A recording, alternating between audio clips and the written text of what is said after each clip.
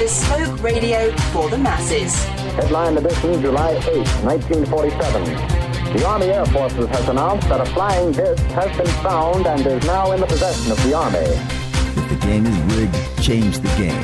Game changer. I occasionally think how quickly our differences worldwide would vanish if we were facing an alien threat from outside this world. This is Fade to Black with your host, Jimmy Church, on the Game Changer Radio Network and KGRA, the Global Radio Alliance.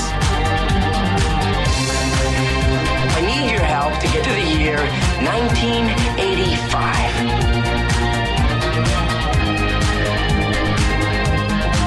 Listening to Fade to Black with Jimmy Church on the Game Changer Network. What up, what up, what up, what up, what up?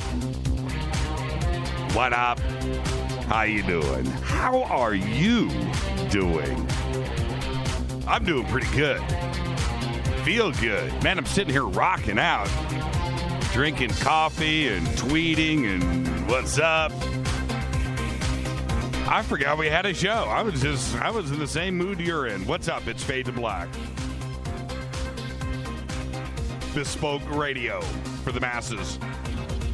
Today's Monday, February 29th. 60 days into the new year, 304 days left. We are live from deep underground in the bunker in downtown Burbank, California. I'd like to welcome everybody listening all around the world, all across the United States, hither and thither, to and fro, back and forth, up and down, east and west, north and south, far and near.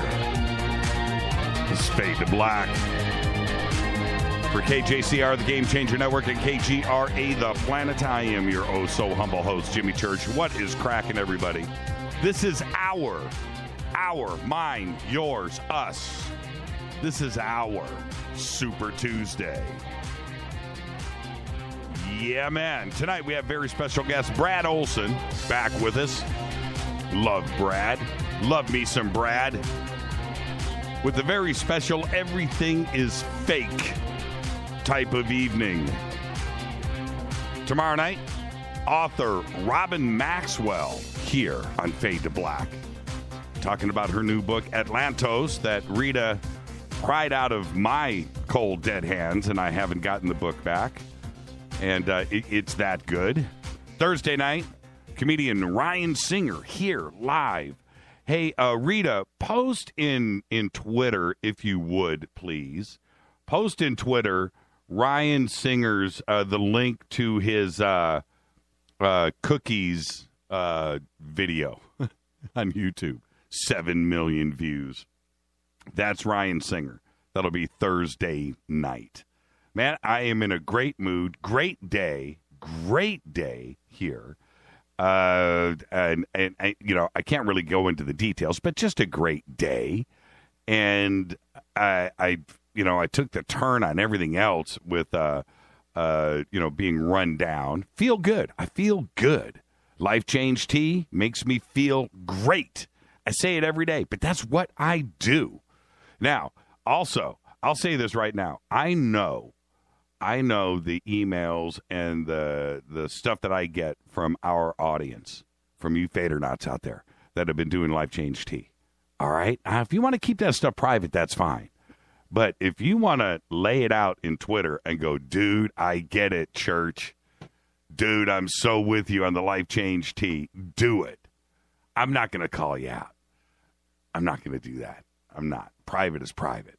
But you know what I'm talking about. I love my moringa, my colostrum, my tea. Oh, man. Feel good today. GetTheTea.com. Just mention my name when you order. That's all you got to do. Just mention Jimmy, either over the phone or online. Get yourself free shipping. Ronnie's always got new deals over there for the Fadernauts. Go and do it. And check out his new website, too. All right. Studio Dome, yes, that's not going to go away anytime soon. They love you Fadernauts. So that Fadernaut special, I guarantee you they're probably losing money. So they're doing that for you. Fadernaut special, portable Bluetooth surround sound system. Enter the promo code Jimmy, get it for $99. go and do it. The banners are right there. Simple to do, jimmychurchradio.com. We, over on the futures page now at jimmychurchradio.com, should be posted. I didn't check, but our schedule for the summer is up, and we are good to go. Okay, so that is all in stone. The New Living Expo is coming up April 29th through May 1st in San Mateo, San Francisco, California. All of you Fadernauts, we're going to be giving away passes. Man, I'll tell you, I'll give away pairs of passes. I'll do it tonight. I don't care. All right? If you live in San Francisco, you're in the area up there, you need to go to the New Living Expo. We're going to be up there Friday, Saturday, Sunday. Okay? It's going to be a great event. I may even host a panel, but the rest of it, I'm going to be emceeing the entire event. So just come on up, hang out, okay? And there are a few Fadernauts out there that if you don't go to the New Living Expo and hang out when we get up to San Francisco, I'm going to be really upset, and so is Rita. And we were just talking about that right before the show. You know who you are, Skater Lisa. Okay? All right? Everybody up in San Francisco, come and hang out with us at the New Living Expo in San Mateo, right next to the airport. It's going to be great. Man, San Francisco's right there, the Bay. I cannot wait. All right? And then Contact in the Desert right behind that, June 3rd through the 6th. Again, the New Living Expo, Contact in the Desert, and the Roswell Festival, too, as well. And then UFOs Within Reach. I will say this. These are some of the biggest events in the entire country. New Living Expo, humongo. That might be the biggest. Contact in the Desert for UFOs and what we do. One of the biggest in probably by next year, it's going to be the biggest event in the world. It's absolutely huge. And the Roswell Festival. It's the Roswell Festival, the motherland. June 30th through July 3rd in Roswell, New Mexico. We're going to be broadcasting from there that Friday. A couple of other events we'll be doing there, too, as well. And UFOs Within Reach. I will say this. I'll go on the record right now. UFOs Within Reach. Biggest conference in Big Bear. Yeah. All right. Everything's on the futures page. There's links to each event. And everything is there if you just go to the future page at jimmychurchradio.com. With that, let's get this show cracking. I'm fired up. I'm ready to go. Today, Roger Daltrey is 72. I just watched, about a month ago, and I think Rita on this particular night was not at home because I watched it by myself. I watched The Who from somewhere in London at a park, and brand new concert. It was amazing. Daltrey, 72 years old, and doing that on stage. Absolutely amazing concert. Whatever the big park is, tell me what the big park is in London. That's where it was. All right, Javier Bardem is 47 today, and he has quickly turned into one of my favorite actors. He is gnarly. What was the movie where he played Ghost? Goya's Ghost, right? Spain? The Inquisition? Oh, man. Javier Bardem. Also, what? No Country for Old Men, right? You know what I'm talking about. Javier. James Bond. Was he Inspector or the one before that where he played the bad guy? Javier Bardem today, 47 years old. All right. Follow us on Twitter at JChurchRadio. Simple. Facebook, YouTube. You know what to do. You can email throughout the show tonight. Jimmy at jimmychurchradio.com. Yes. Brad Olsen tonight. We're going to have a very cool open conversation tonight. Yes. I've been talking about it for a couple of months now. Conspiracy is the new norm. Brad is fake. Everything is fake. And we started talking. We're like, dude, we've got to do this together. Let's roll this rock, man. Let's do this. And that's what we're going to do tonight. Tomorrow night, Robin Maxwell right here. Thursday night, Ryan Singer live in the studio. On this day in history, 1692, the Salem witch hunt begins. That's right. Salem Village, Massachusetts Bay Colony. Sarah Good, Sarah Osborne, and Tituba, an Indian slave from Barbados, are charged with the illegal practice of witchcraft. Later that day, Tituba, possibly under coercion, confessed to the crime, encouraging the authorities to seek out more Salem witches. 1692. Fader fact. The United States has more museums than Starbucks and McDonald's combined. Yeah, that's a Fader fact. I got this letter today. Got this email from Carol Ann. And hopefully she's listening right now. Carol Ann, and she says, I know that this is a repeated show that I am listening to. I just wanted to inform you that Howard Stern left terrestrial radio for Sirius Radio and was tasked to build an audience for that platform. There are 29 million paid subscribers to satellite radio, and they are all there for Howard Stern. Okay.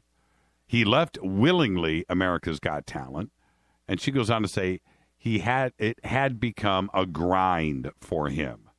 And then she says, don't you consider 29 million paid subscribers to a new station relevant? I think he is the king of all media. Carol Ann. Now, what I had said about Howard, I'm going to get comfortable here. I'm going to put up my feet, and I'm going to let her rip tater chip. There was no big. I didn't have a Howard Stern blow-up party doll or Howard Stern sheets and pillows or posters. Didn't go that far. But I had the books, had the movies, paid to go see the movies, listen to Howard every single day. There was no bigger Howard fan than myself. That needs to be said first. My disappointment with Howard is that today, to call him, when he called himself the king of all media, which was back in 1997, 1996, 1995. Okay, that's 20 years ago. Was he the king of all media then? Absolutely. You want me to tell you why? He came out here to Los Angeles for a book signing. There was a line that was 5 miles long outside. Pulled up, it was like the Pope arrived in L.A. That's the king of all media. Ran for governor. Right? That's the king of all media. Owned the airwaves. There wasn't anybody, there were no friends of mine that I talked to every single day that didn't listen to Howard Stern. And we had something to talk about every single day. Did you listen to Howard? Did you listen to Howard? Did you hear it today? Did you hear it? Everybody talked about Howard Stern. That's the king of all media. TV show, that's the king of all media. Movie deals, hit movies, good movies. It was all good. Books, it was on all fronts. That's the king of all media. There's a big difference. That, Carol Ann, was 20 years ago. And when I said what I said, I forget on what show, she was listening to a replay. But when I said what I said about Howard, it was out of affection, number one. Number two, it's the truth. Where did he go? Where did Howard go? Satellite radio doesn't count. Great, good for him. $500 million deal, right? He disappeared. That's my point. No more books, no more movies, no more nothing. Took the money. Fine, great, love it. Dude, take the money. Go. You want to take the money and disappear into satellite radio land and go away? That's up to you. But that's what he did. America's Got Talent is not the king of all media. And now, I went and checked today after getting her email. I'm not bagging on Howard. I'm just saying besides America's Got Talent, I have not had one friend come up to me, a fan, a person on the street, somebody at Starbucks, anything. I've never had anybody come up to me in the last 10 years and go, did you hear what Howard Stern just said? Hasn't happened anywhere. Now, I am sure that out of the 29 million paid subscribers for Sirius, a nice chunk of that listens to Howard Stern every day. I don't know where they live. I don't know who they're talking to about the show. I don't hear about it. Not like the old days when everybody was talking about Howard Stern. Everybody. Other talk show hosts, other TV, news, Entertainment Tonight, whatever. It was all Howard all the time. It is not. It's over. That's over. It's done. Love Howard. Great guy. Funny. Oh, man. Amazing. The best. But he chose to disappear. Trust me, it's not the world that it was. So I pulled up a few things, and I have them right here in front of me. Okay? Now,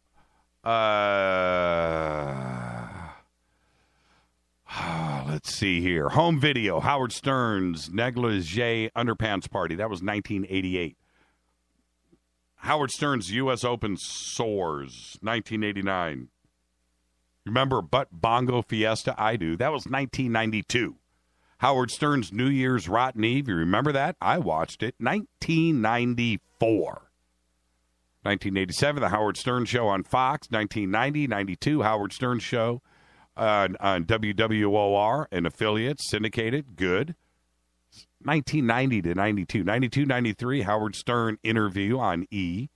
1994, 2005, Howard Stern on E. It's 20 years ago. Okay?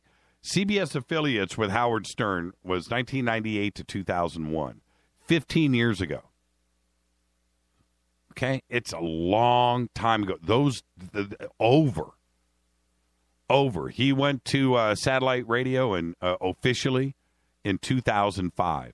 That's 11 years ago. That's 11 years ago of no more king of all media. Disappeared. No books, nothing, no movies, nothing in that time period. Nothing at all except for America's Got Talent. And I was disappointed in it. Disappointed. When you have the access, right? The access to Howard, everybody was there. We wanted to know. There's a difference with going on to satellite radio and being able to drop F-bombs, right, at will.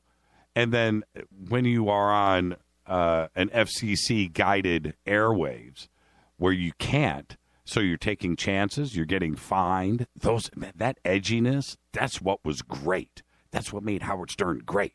What's he going to say next? What's he going to do next? You know, what president of the network's going to pull him into the office and just lay it down and have to pay another $500,000 fine, right? That's what was great.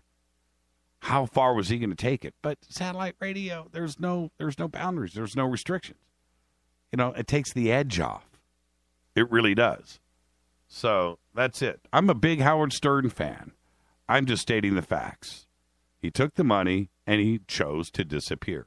And I know that was a tough decision for him because when you're that kind of shock jock and you are influencing people and you're doing your thing like he was, and it was an amazing time. It was such a glorious time of radio.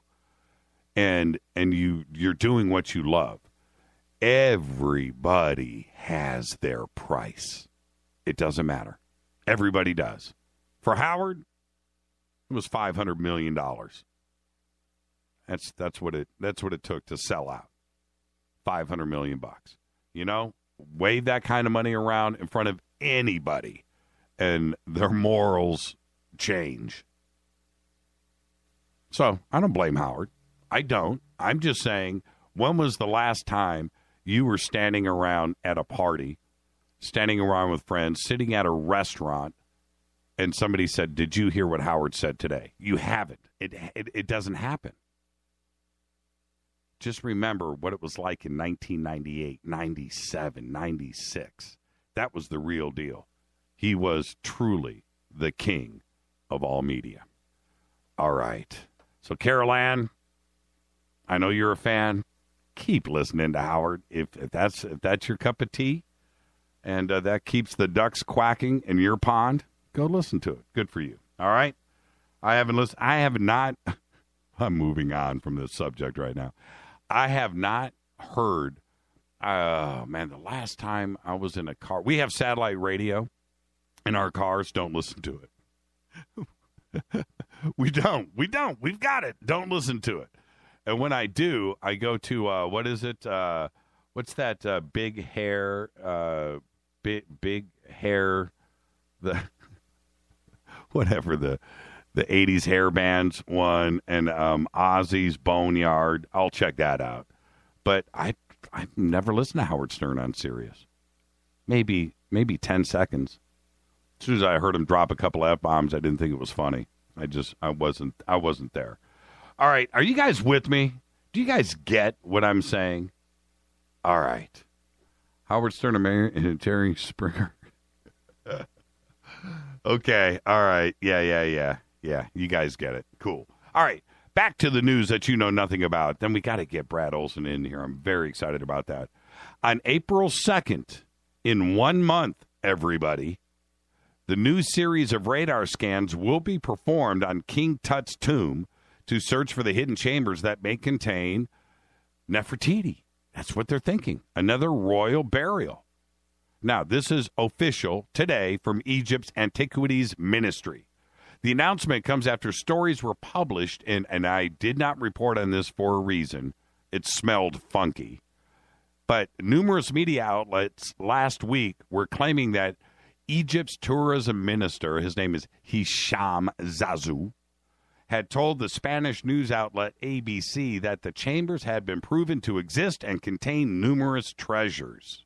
Right? Okay. All of that turned out to be false, except they are going to continue on April 2nd. Last year, University of Arizona Egyptologist Nicholas Reeves published findings suggesting that there are hidden chambers behind a wall in King Tut's tomb. These chambers, he believes, hold the burial of Queen Nefertiti, the wife of Ananakin, the pharaoh who was Tut's father. But this is the icing on the cake. You know who can't be silenced in all of this? That's right. Zahi Hawass. Egypt's former antiquities minister recently chimed in with the geology. Now, I'm quoting here from Hawass.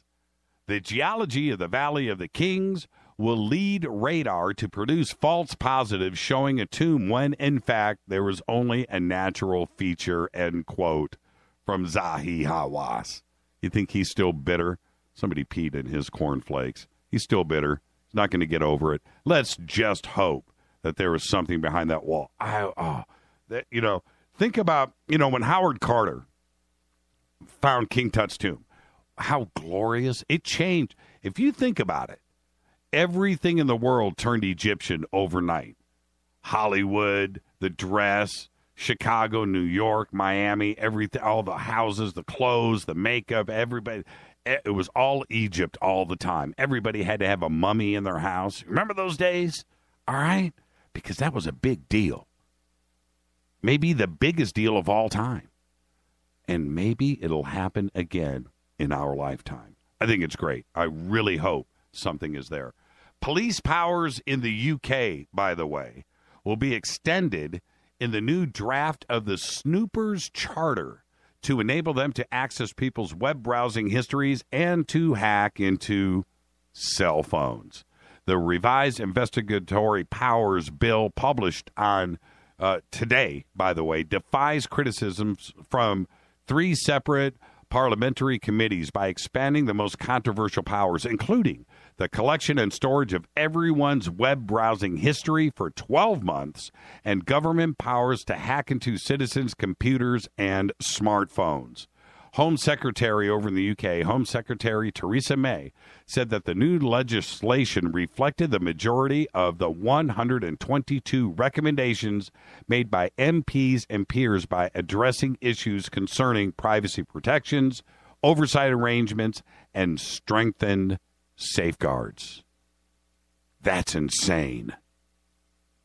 Supersonic commercial flights may become a reality again, according to NASA, because they have tasked Lockheed Martin with developing a preliminary design of a, and I'm quoting here, a low boom, end quote, aircraft that will not produce the notorious noise pollution at a cruise velocity exceeding the speed of sound.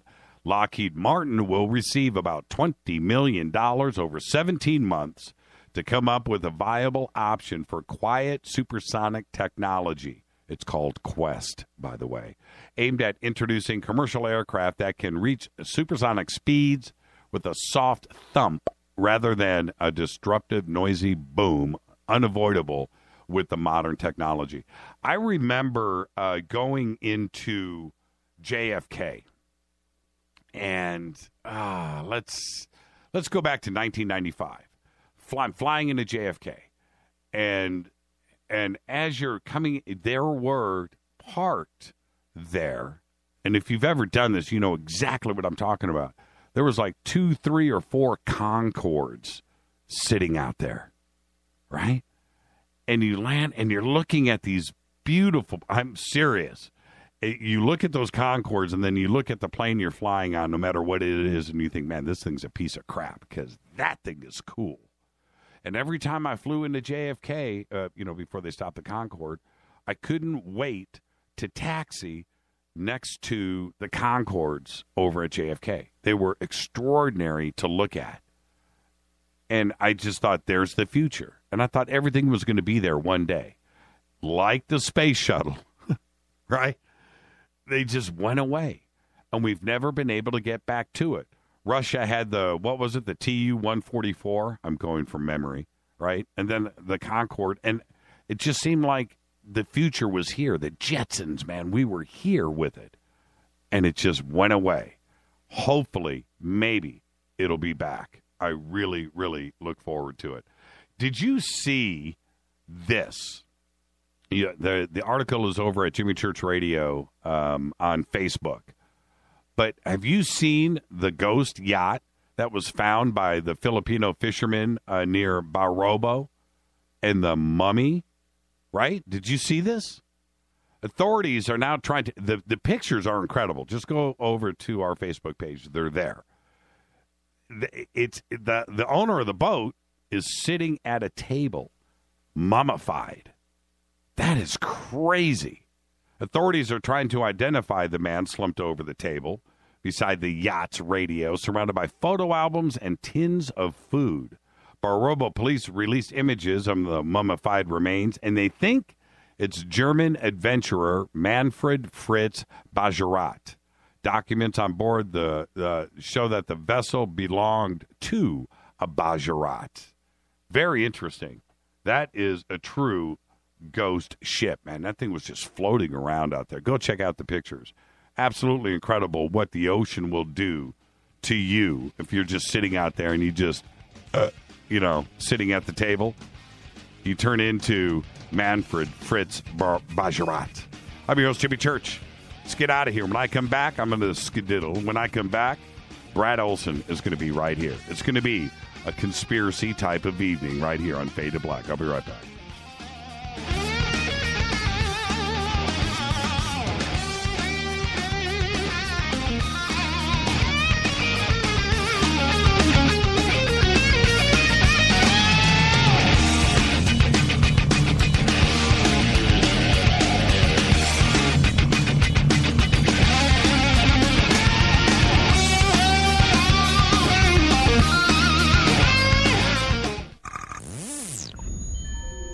You're listening to Jimmy Church, Fade to Black. Fade to Black will now pause for alien identification. The station that talks the net. KGRA Radio. What's up, revolutionaries? It's me, Jimmy Church. Do you have an IRS or state tax issue? Well, I did, and I called national tax experts. My problems were fixed, done, fini, and man, I got to tell you, it was a relief.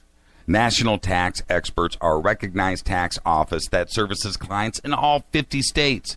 Doesn't matter where you live. Give them a call. I'm telling you, they take the time to understand each and every client's individual financial status as well as their financial goals. And that's exactly what you need, my brother, when you're taking on the evil three-letter. So, seriously, give them a call today at 1-877-909-5444. Again, 1-877-909-5444. Or go check out their website, www.nattaxexperts.com. That's NATTAXEXPERTS.com. Tell them Jimmy sent you.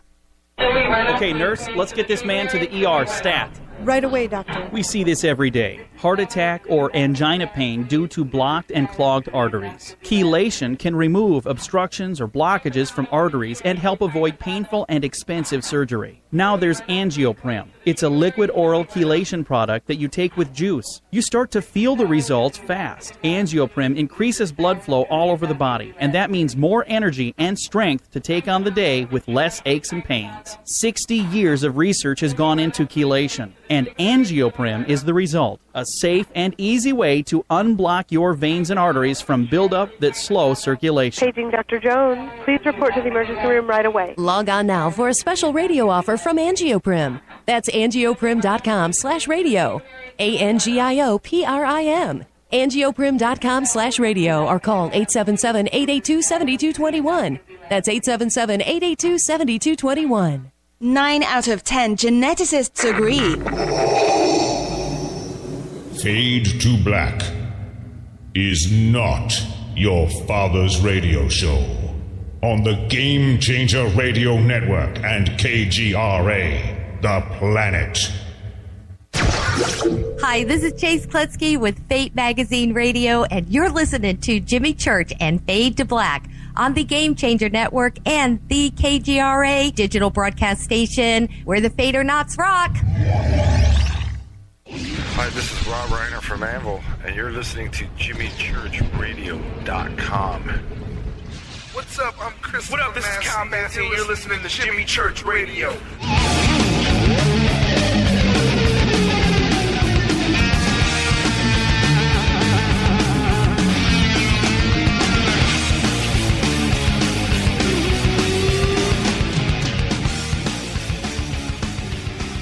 Welcome back to Fade to Black. I just want to say, what's up, Bev?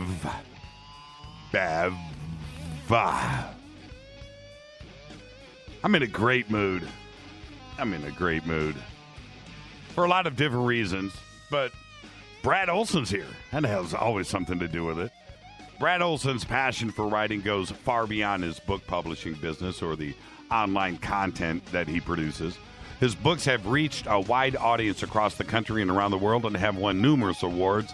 His work has been reviewed in top publications, and he continues to lecture worldwide, nationwide, on all kinds of subjects. He has appeared on dozens and dozens of television and nationally syndicated radio shows over the past couple of decades. Of course, Ancient Aliens and Coast to Coast and Fade to Black. Brad Olsen announced the release of the Esoteric series back in 2013 with the release of 2 books in 2 years. Future Esoteric, The Unseen Realms, was released to favorable reviews back in January 2013 through CCC Publishing and paperback and all ebook formats, and will be re-released as a second edition in 2016.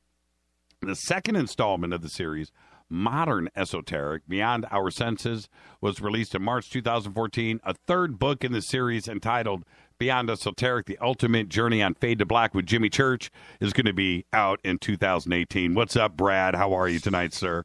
Hey, Jimmy, thanks for having me on again. You always put me in a good mood when we're talking together. Man, it's always great to have you on. And, before we move forward, Brad, today's a crazy day. And we're going to spend a little bit, this show isn't political, but it's certainly about conspiracies. And there's something going on with this mess that we're calling a mockery, that we are calling an election year. And so there's something behind that, and we'll get to all of that. But Brad, I gotta back up, and when your views And every time you come on this show, and certainly our phone calls, too, are absolutely bleeping brilliant. We should maybe think about publishing those someday.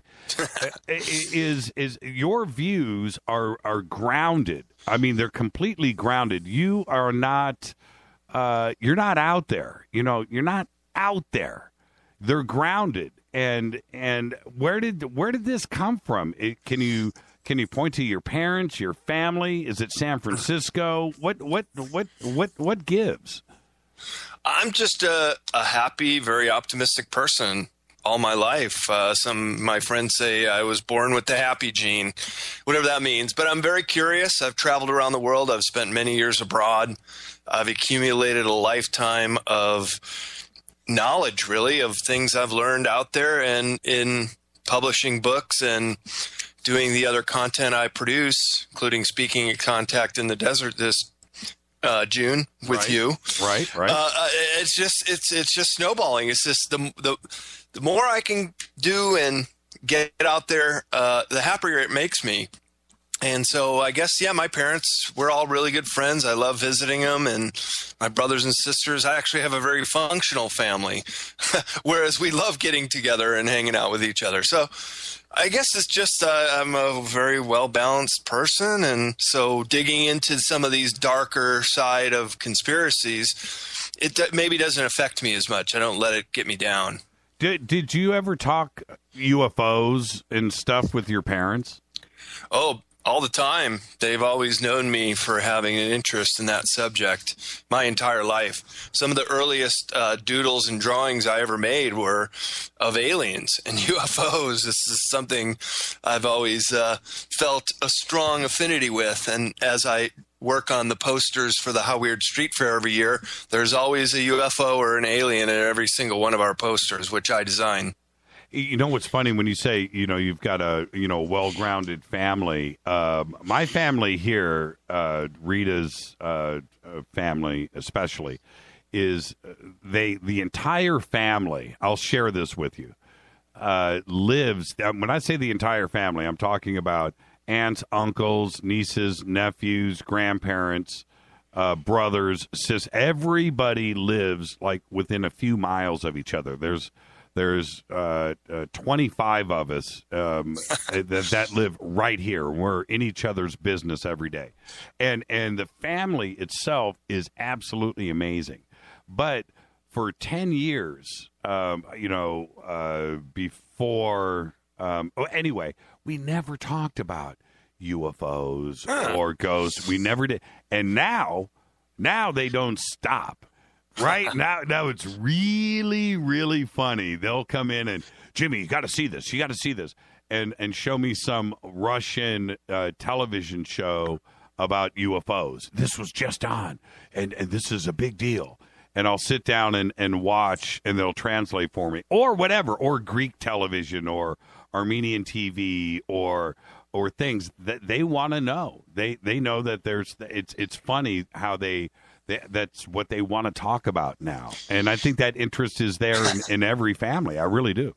Well, you're the man, Jimmy, and everybody likes talking to you. And you have such a wealth of knowledge yourself. So I think all the Fadernauts really appreciate that, and that's why they rally behind you. Well, okay, I may have the ability to bring it out of people, but it's already there to bring out.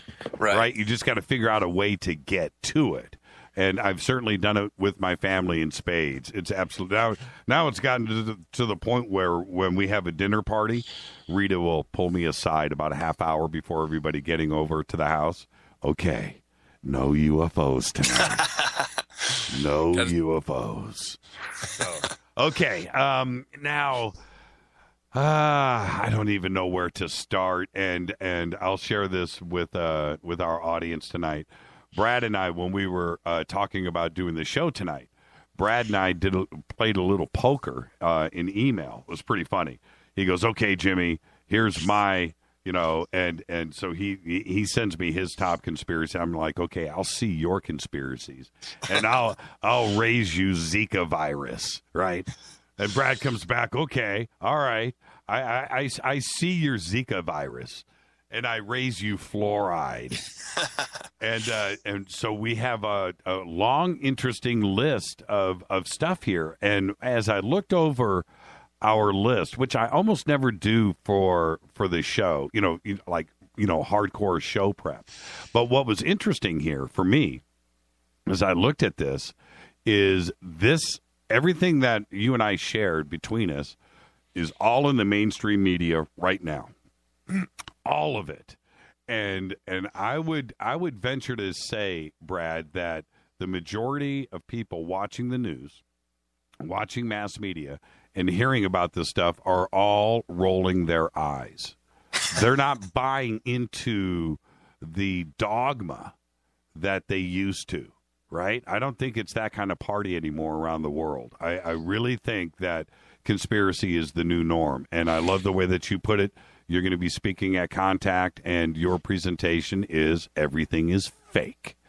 And I think that is brilliant, and I think that's where we are today. And just to give people a little background on this, not only is everything fake, but they have been designing it this way for many decades. And let me take you back to the first staff meeting with William Casey, the CIA director, with Ronald Reagan in 1981. And he made the famous quote, "We'll know our disinformation program is complete when everything the American public believes is false." So there you have it, right out of the horse's mouth. They have been intentionally setting us up with all these falsehoods, because once we get trapped into their matrix of believing everything we hear on television, it's very hard to step aside from that and look into the subjects that are not covered on nightly news and the mainstream media, which, by the way, the mainstream media is fake. And this is part of my presentation here. But just like your relatives, when they do bring up UFOs, these are people who are starting to see the other side. They're starting to see that there is really an alternative narrative, that there are two sides to explaining what this world and our role in the universe is all about. And people are waking up, and you just alluded to that. I see it happening all around the world, and mainstream media ratings are in the tank. Millennials don't even own televisions. They don't tune into that at all. It's the rise of the alternative media, and it's filling a very necessary role, and that is giving people information that they really want and desire and need in their life to make good decisions. Did you see Barack Obama on Ellen? Did you see this clip?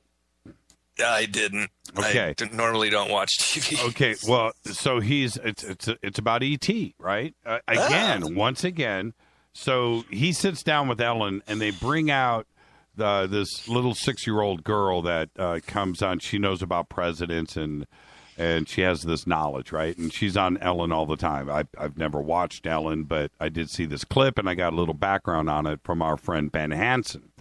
And so I'm watching Ben's analysis of this. During the break, everybody, just so you don't freak out, I'll post Ben's new analysis of this. But anyway, check this out.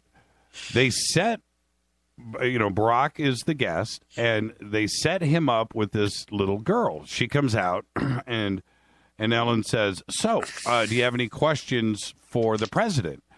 And she says, "Is there really a book of secrets?" Right? That's the first question. Yeah, pretty interesting. And I believe Barack comes back with, "Well, if there is, I couldn't talk about it, right?" Or whatever. Ha ha. And then her second question is, "Are aliens real?" And he says, "Where did you hear that?" And she goes, "On America's Book of Secrets," right? And but his answer was an interesting one, one that we don't need to spend any time on. It's the narrative behind it. But anyway, his answer was, "Well, we haven't had any direct communication with aliens yet." And I thought, now what kind of thing is that to say to a 6-year-old girl? Now, right. I thought that was interesting. Now, we all know that he knew that question was coming. This little 6-year-old girl, as lovely as she was and stuff, that this was rehearsed and he had his answers, right? But the point is, why do it once again on a huge show like Ellen? You know, and I can't think of any time in years past. I don't care if it's Carson or any other talk shows where you're bringing on a former sitting president or you're bringing on the sitting president, and the first thing out of your mouth is, you know, what's going on at Area 51? Where's ET? You know, what's going on? And they did it again on Ellen. Don't you find that interesting? It could be prepping us for the grand disclosure. Might not even come out of the U.S. government. Might come out of Japan or China or Russia, somewhere else, and they would tip off our government that they're going to do it. But I'm glad you brought that up because the UFO narrative is fake. Literally, there are millions of witnesses to phenomenon UFO sightings around the world. Countless videos and pictures that we've seen through social media. I mean, this would be very difficult to fake every single one of these. Then, of course, you have thousands of personal accounts, including people having close encounters of the fourth kind, those of abductions and face-to-face accounts, and only having regressive hypnosis bring these memories out. So it's been said that even if 1% of all the UFO accounts are true, only 1%, it's still a total game changer. And it's something that we absolutely have to start having a conversation about. Yeah, and you're right, because if it is 1% out of hundreds of thousands of images and videos and sightings, then we're talking about tens of thousands of things that are authentic. You know, so that's that. You're absolutely right. 1%. You can even go beyond that and say 1/10 of 1%. Then there is something seriously there. I know from my own personal experience, one sighting that I had with Rita. As a matter of fact, Rita saw something the other day. Rita, text me really quick. Do you want me to tell your sighting that you had the other day? I don't know if she wants me to share it, but something happened the other day in the car. Well, anyway, Rita and I had our own sighting back in 2008. Now, I know what I saw, you know, and so when we talk about other witnesses and everything, all that is fine. I'm talking about my own experience. Nobody can take that away from me, right? That's it.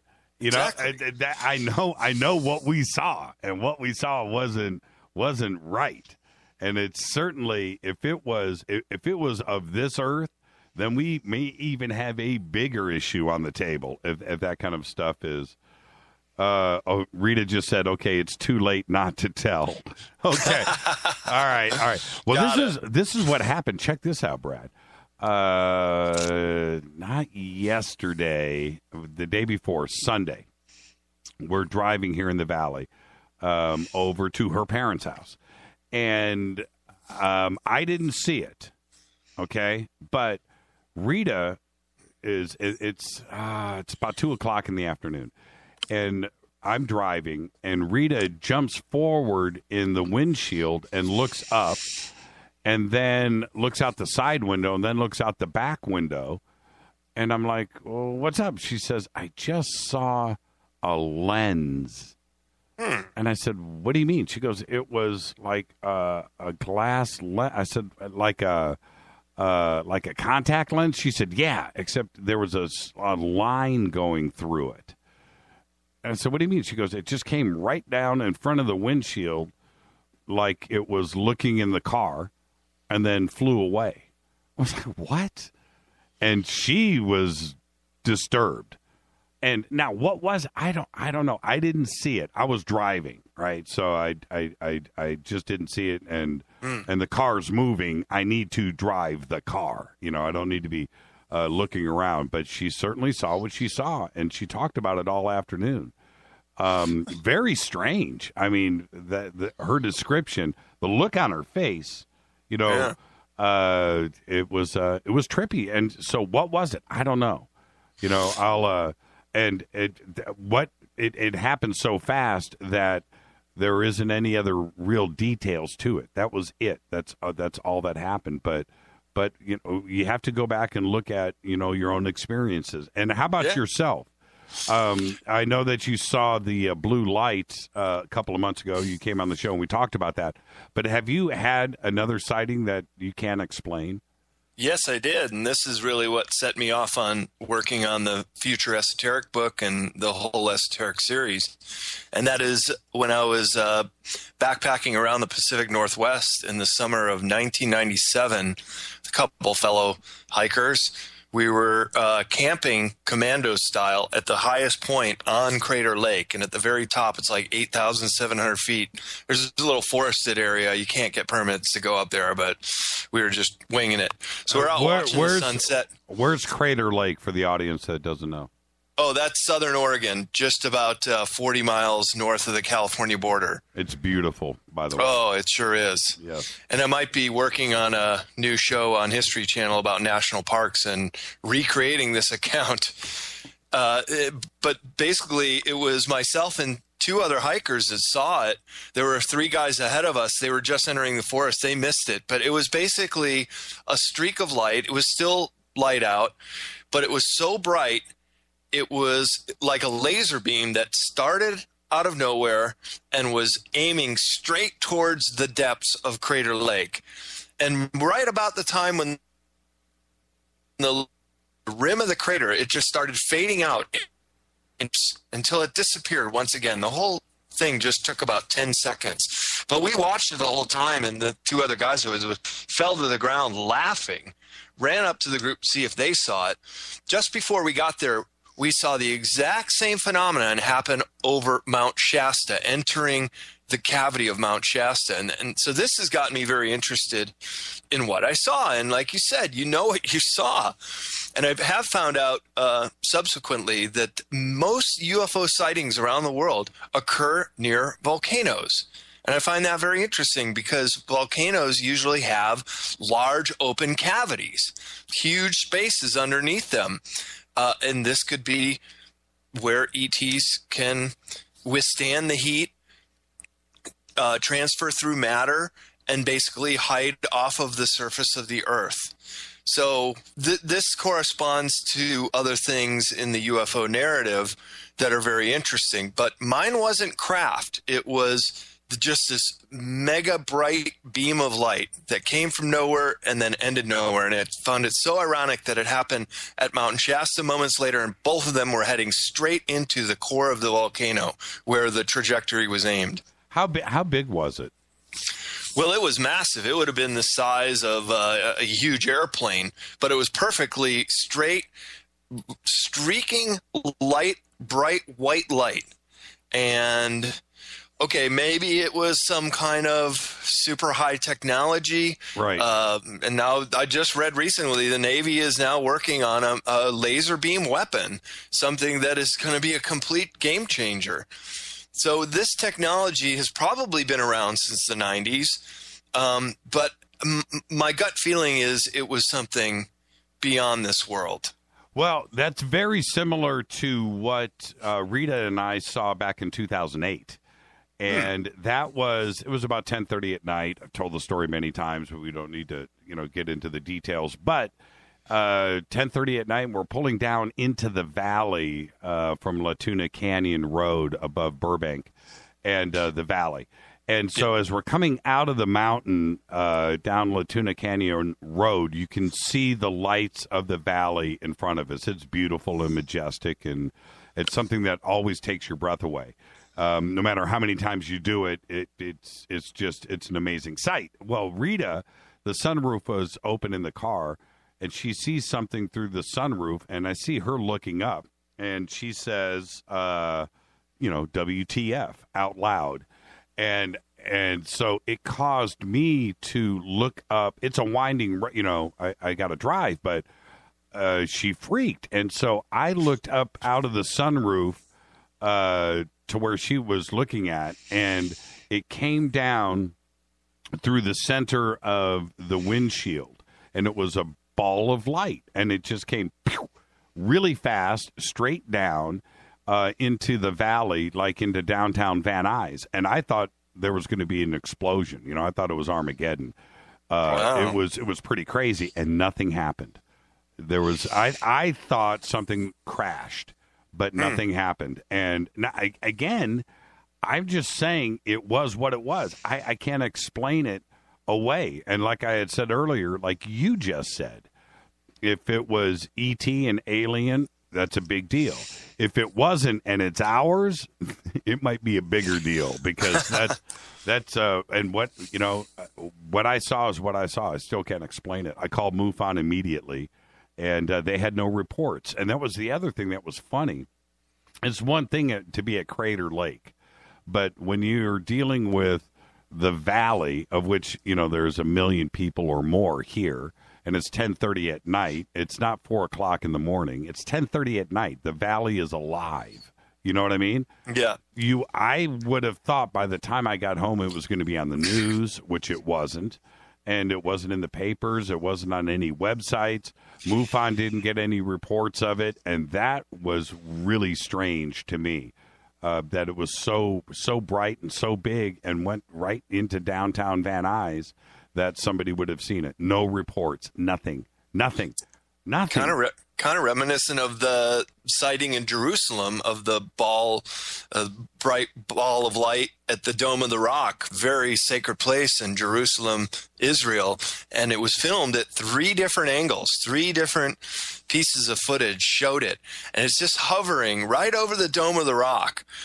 And it emits this bright flash of light and then just flings off the screen faster than the speed of sound. Wasn't that, it was an amazing set of videos.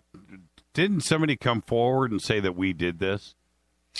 Wasn't it? Well, I hadn't heard that, but I have seen the 3 different angles. So if they did do it, that would have been a real clever fake. It was definitely a clever fake if it was faked. But it's something, it's been years since I've seen that video. I remember the first time that I saw it, though, I had a genuine holy crap moment.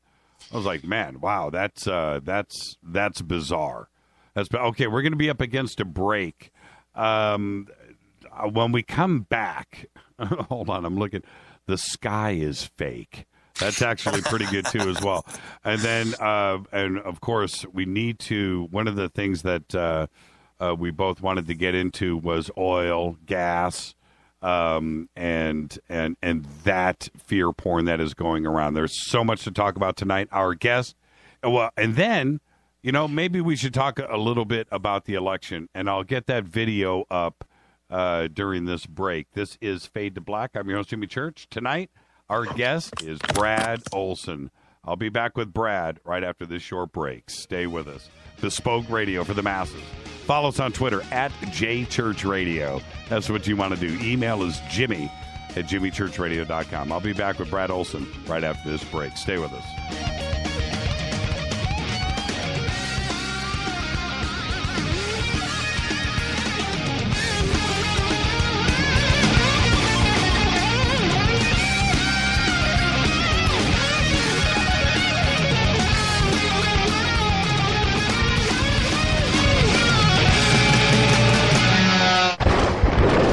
This is Fade to Black with Jimmy Church on the Game Changer Radio Network and KGRA, the Global Radio Alliance.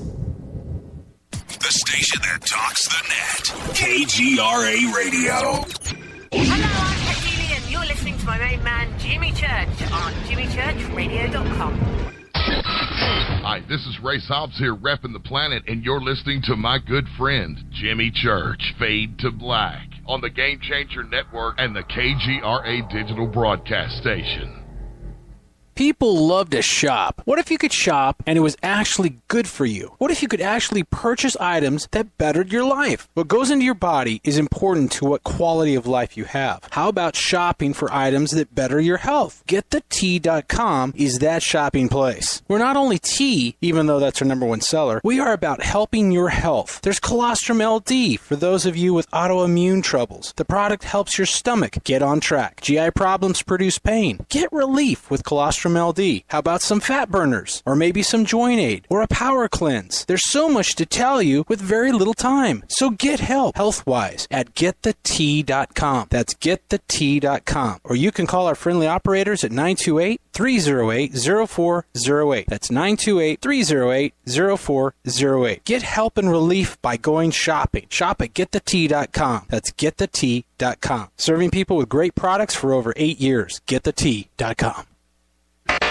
Imagine no longer being tied down to your computer, but having the freedom to take live talk radio with you anywhere you go. TalkStream Live introduces our first ever iPhone application. The talk shows you follow now follow you, and your iPhone is now the fastest and easiest way to stay connected to the best talk radio on the internet. Let TalkStream Live transform the way you listen to radio. Listen to live talk shows 24 hours a day, 7 days a week. Mobile talk radio from TalkStream Live. Now available in the iTunes App Store. This is Toby Kebbell. You're listening to JimmyChurchRadio.com. Don't hurt me, Jimmy. I'm only little. Hey, I'm Adrian Grenier. And this is Ari Gold. We're the Honey Brothers. We're of the Honey Brothers. Hey, I'm Adrian Grenier. And I'm Ari Gold. We're the Honey Brothers. And you're listening to Jimmy Church. The Revolution. Hello, Fadernauts. Are you looking for the ultimate Bluetooth speaker system? Well, check this out. The Studio Dome surround sound system, featuring the Studio Dome 1 SD1 and the Studio Boombox SBB wireless Bluetooth speakers, is the perfect way to get surround sound without all of the cable headaches. With its own hard shell custom carrying case for taking your surround sound experience on the go. Each hard shell case comes packed with an SBB, 2 SD1s, cables, and power. It's just $99, and you use the promo code Jimmy, and you get yourself some free shipping.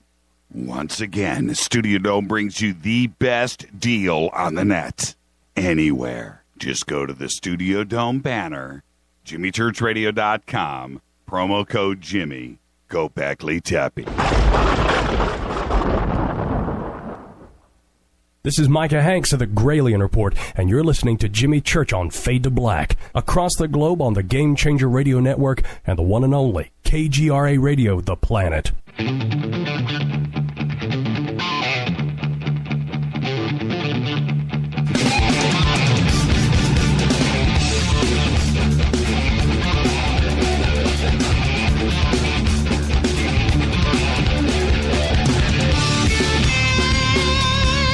All right, welcome back, Fade to Black. Man, almost didn't get back to the microphone, man. I'm tweeting, and you guys are on fire tonight. Unbelievable. Yeah, check out that video by Ben Hansen. Saw Ben over the weekend. Looked great. All right. Now, I was just, Brad, I was just looking at these results of today, which it's pretty amazing to me to go through just really quick. I mean, there's Massachusetts, Minnesota, Colorado are still undecided for the Dems, and GOP, it's Alaska, Arkansas, Minnesota, Vermont. But it looks, I'm scrolling through. It doesn't matter the states. Trump, Clinton, Trump, Sanders, Trump, Clinton, Trump, Clinton, Trump, Clinton, Trump, Clinton, Cruz, Sanders in Oklahoma. Cruz, Clinton in Tejas. Minnesota is a Rubio Sanders state, and then Trump, Clinton. It's a Trump Clinton night, and what's disturbing to me about what we're looking at, it's a mockery. It's an imitation of what should be real. This is like a cartoon. This is like Warner Brothers It doesn't sit right with me. And this is supposed to be the future of our country and the free world and everything else. And I'm looking at this, and it just doesn't make any sense.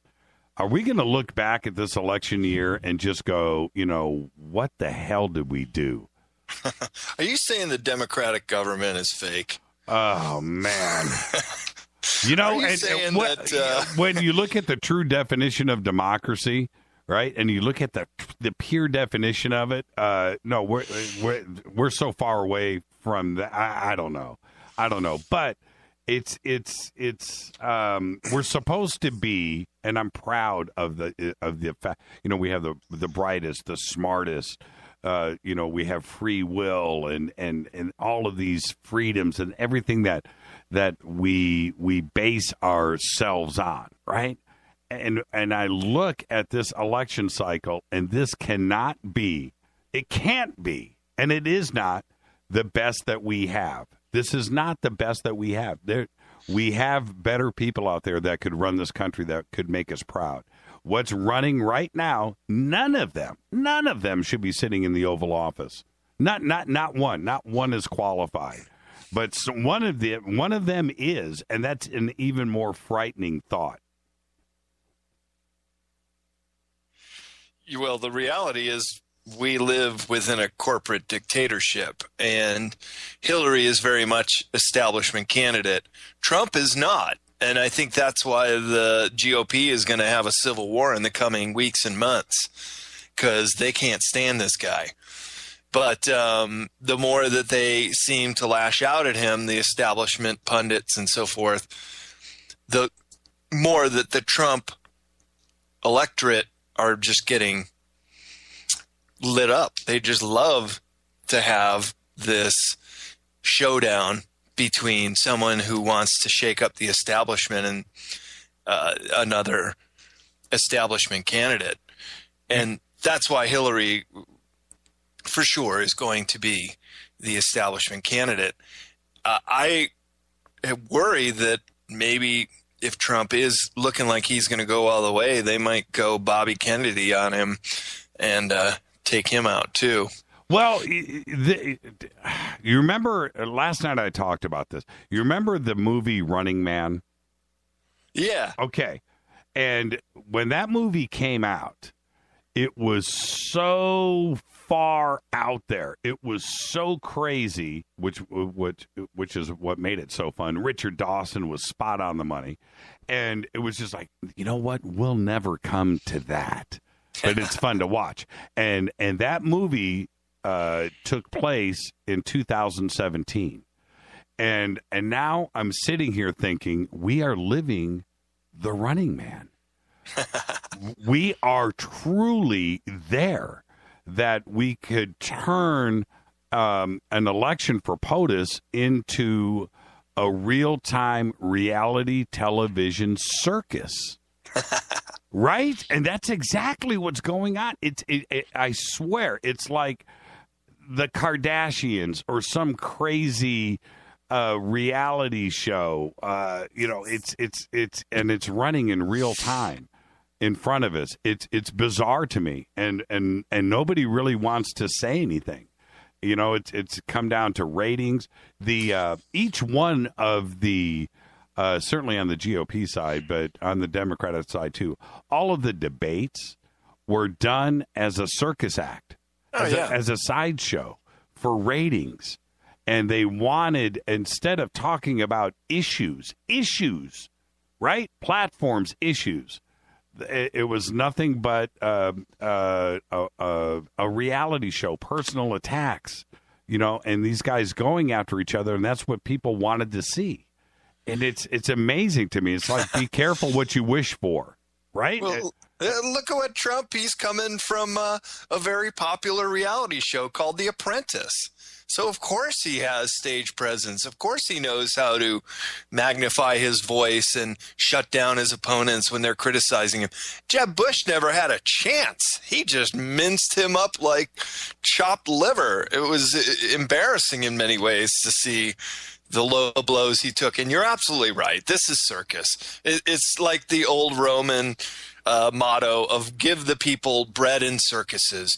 Just keep them entertained so they don't ask the big questions, so they don't question our authority. And it's all fake too. It's just one thing after another that we see coming before us. We're not getting the real information. We're getting the Kardashians. Total fakeness.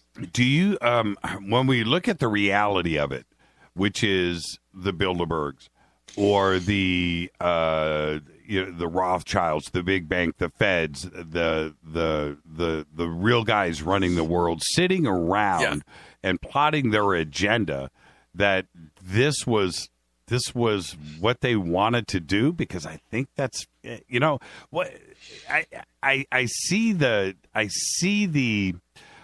it playing out. I see the intention. I understand it. When we look at everybody that's running right now, everybody that's running, and I don't care who you pick, doesn't matter. Ben Carson, would he? No, he is not qualified and could never sit in the White House, but he certainly ran and is running. Cruz, could he sit in the White House in the Oval Office? Could he? No, he couldn't. He's not qualified. Rubio, could he actually? No, it's an impossibility. It's all fake. There's no way. Trump, honestly, really, we need to stop and think about where we put ourselves here. Right.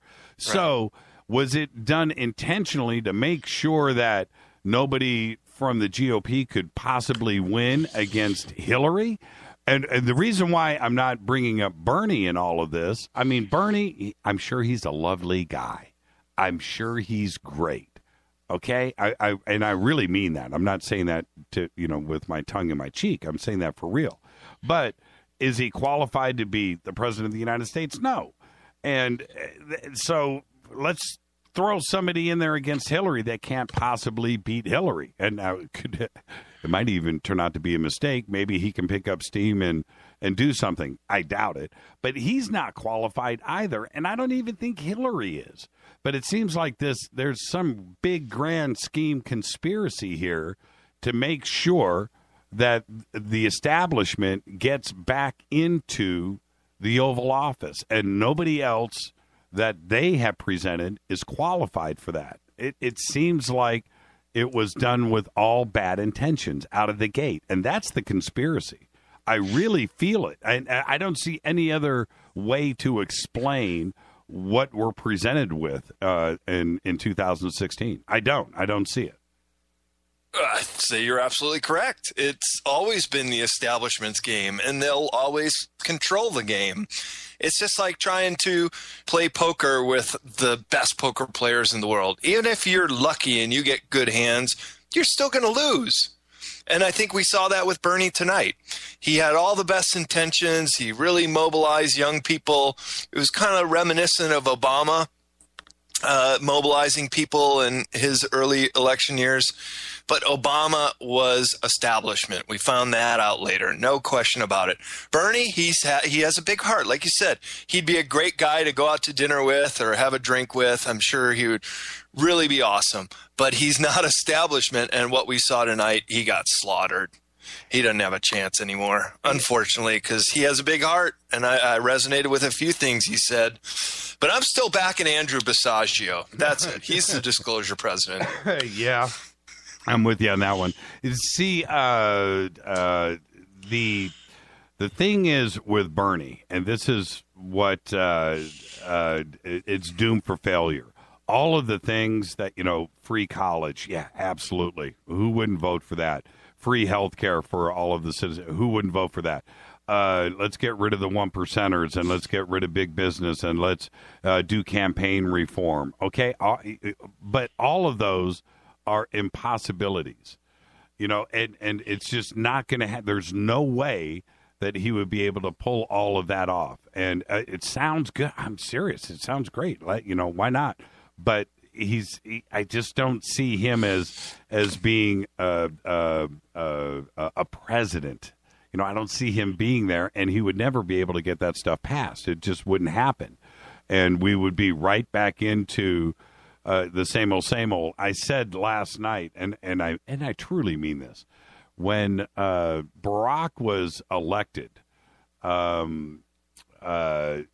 first black president, and it was, and 2 terms at that, and it was supposed to be change, and who else to go in and slap Washington around besides a strong black man, right? Go in there and really be different. And here we are 8 years later, and Washington is unchanged, and nothing, I'm not saying that he didn't do some good things in the economy and all of that. I'm not taking anything away from him, but the change that we expected, right, didn't happen. Hope and change. It just didn't happen. And here we are again. I don't know. There's something going on.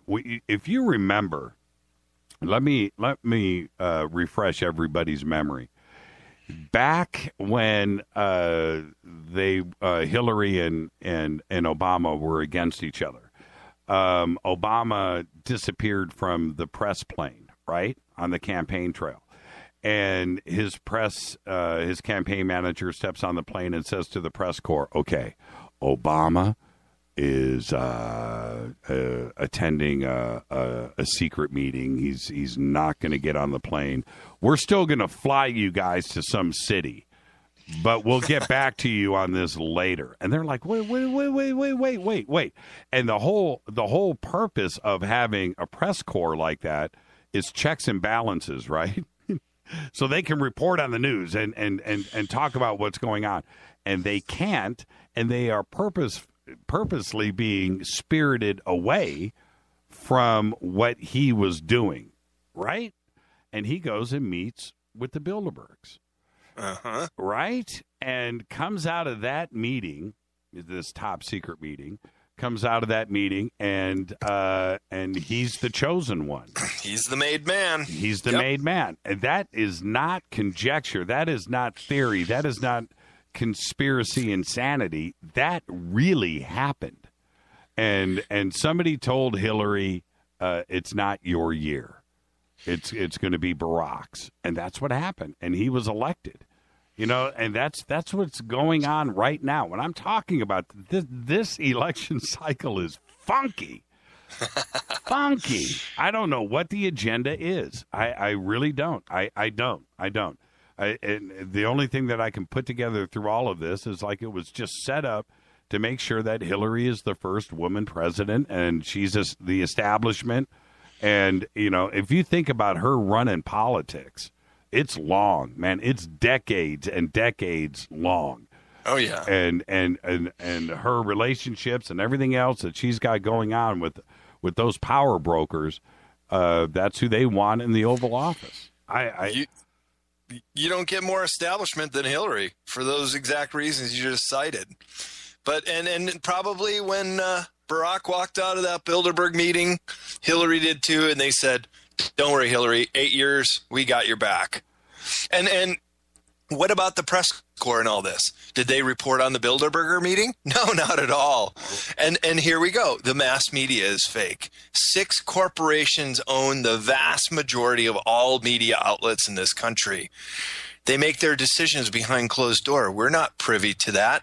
The big news media stories are vetted, cut, and shaped the way that these corporate interests see fit. And again, we live in a corporate dictatorship. They're finally amassed all their power.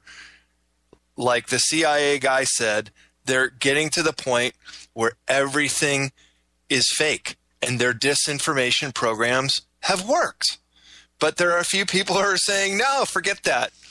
We realize there's something more to this. And those are the people who are taking the blue pill in this and opting out of this manufactured reality that's being jammed down our throats. And me personally, I'm fed up with it. It's just, it's so surreal now. It's laughable how silly some of this stuff has gotten. And I think people are starting to realize that everything is fake. With when we talk about who owns the 6 corporations, and I've studied the breakdown on this, and and how it plays out, and there's so much Saudi money too as well, and that's involved here, especially with Fox and all of them. I'm not going to just pin one, but when at one point when we had UPI, API, UPN, API, and Reuters. And everything was coming down news wires, and you had your choices of how you wanted to report the news, and you're looking at besides your guys that are on the streets, your boots on the ground journalists and reporters. But when the big news stories would come down the wires, you had three different points of view. You had three different reporters, three different news organizations. That's gone. Okay, United Press International, gone, absorbed by AP, which is now owned by Reuters. And so truly, honestly, what's coming down the wire now is one point of view, one point source. Right. That's it. And that floods into the 6 mass media corporations that are out there, and they get that one feed. But you have to go beyond that and say who owns Reuters. Okay, the Rothschilds. The Rothschilds. And it is so hidden when you jump into this and you look, and there are different countries around the world that have had their fingers in the Reuters pie, but it is so hidden. And trying to get to the bottom of really what's behind Reuters, that's a rabbit hole that is bizarre. I invite any of our listeners to just go and start your little research on Reuters. But that's the news wire now. There's only one, and it's Reuters that comes down the pike, and then the mass media and the news takes that and they read it direct. They don't go and say, let me give you an example, Brad. You don't have a news director for, pick somebody, CNN, MSNBC, Fox. You don't have a news director that goes, hey, Reuters is reporting on this. So take this story and run with it. We're going to fly you to the United Kingdom and get to the bottom of this story, and let's find out what's really going on. That's not what they do. No. It comes across, and they read it verbatim, how Reuters writes the story. And why is Reuters reporting on what they're reporting on, and what are their sources and everything? They don't question anything now. And it is the exact same news report that goes out. It doesn't matter. Go to any outlet. I go to RT. I go to IB Times, International Business Times. That is a great, great source of news. And so anyway, but when you're reading these headlines and you go to the different main mass media outlets, it's the same exact story, word for word. There's no differences in it at all. And that I have a big, big, big issue with. The integrity of reporting the news now is just not there. They don't care. They take it, they don't vet it, and they let it go out into the public without any concern about is it true? Is it right? Is it correct? Is there another narrative? Is there another version? Is there another side to this story? Let's talk to the witnesses. Let's talk to the other people that are involved with this. Let's get another take on this. But they don't do that. No, investigative journalism is dead in the traditional sense. It's only happening in the alternative media where we get it. And I have to say, just back to the Oscars on Sunday night, the fact that this movie Spotlight won Best Picture, it was the first movie about investigative journalism that took place 10 years ago, but it won out for the first time. And I think the establishment, in a way, is saying "c'est la vie" to that, and here's your Oscar. Now go away, and we'll be done with you. But the media conglomeration, and you touched on this, how they're now in the hands of several large corporations like Viacom and Disney, even the nightly news, CBS Evening News and NBC are owned by parent companies. GE is one of the big six, and you also mentioned how the Rothschilds hide themselves from ownership of Reuters. They also own the Weather Channel. Yeah, and that takes us to the next one. The sky is fake because we're not being told the truth on the chemtrails that they're spraying over our heads practically on a daily basis, the exotic energy weapon tests, such as the blue lights of California the last time we spoke, right. And God knows what else they have in a weaponized outer space. I'll tell you, we're going to be against a break here, and we'll get to chemtrails right after this, right after the break. I wanted to say this. When I had just graduated, or maybe I was still in school for broadcast journalism, right? And I'm with one of the heads of one of the networks, somebody that I knew pretty well. And I'm not going to say his name or throw him under the bus, but this guy's a billionaire. And so while I was going through school and talking to him about, and he was giving me a little guidance and what to do. And I said, now this guy could have flipped the switch and got me any gig, right? Okay? Sure. Right. So, and I said, he goes, so what is it? What is it that you want to do? And I swear to you, this is how naive I was at that time. I go, man, you know what? Your local station here in L.A., you guys own that. I mean, that is yours. And that local news is all about national stuff. And it's just like you're watching the evening news. And they don't do stuff locally. And Los Angeles is a big place, and there's stuff going. I want to be that boots on the ground journalist. I just want to go out there, and I just want to be that guy here in Los Angeles, and I want to hit the streets, and I want to cover the stuff that is important to me and my community. That's what I want to do. And I swear, Brad, you know his answer? Go to it, son. Yeah, that's yeah.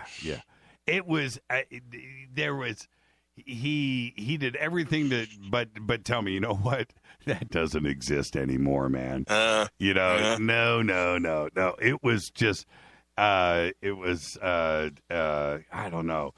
Okay, it's good to have dreams. Can you read a teleprompter well? Yeah. Well, and I had a whole teleprompter discussion with him.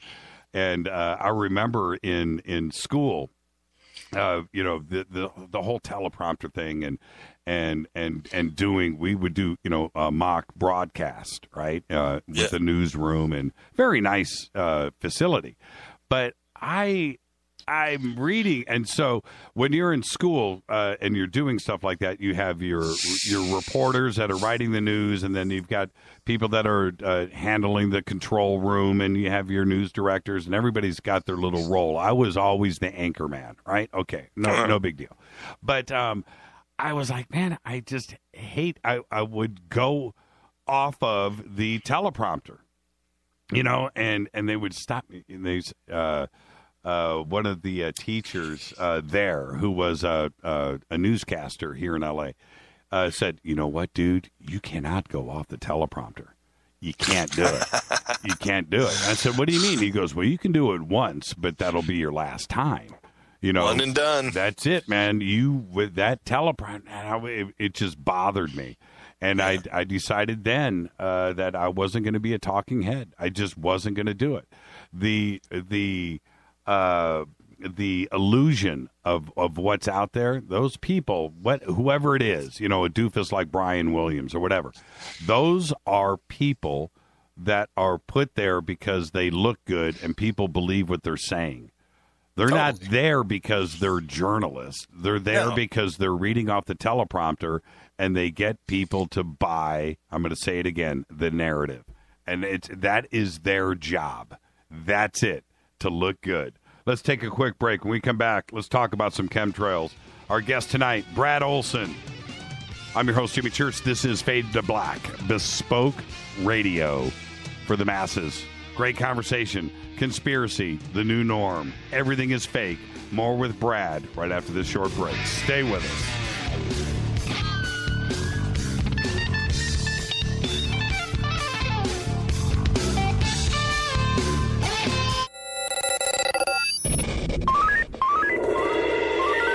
Way out here, we listen to Jimmy Church.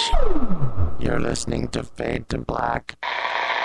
Always on the edge of the hottest alternative talk. Jimmy Church with Fade to Black. KGRARadio.com. ¿Qué tal, mis amigos? Yo soy Mario Carson, el tiburón, y los invito para que escuchen a mi buen amigo Jimmy Church Radio. ¡Claro que sí!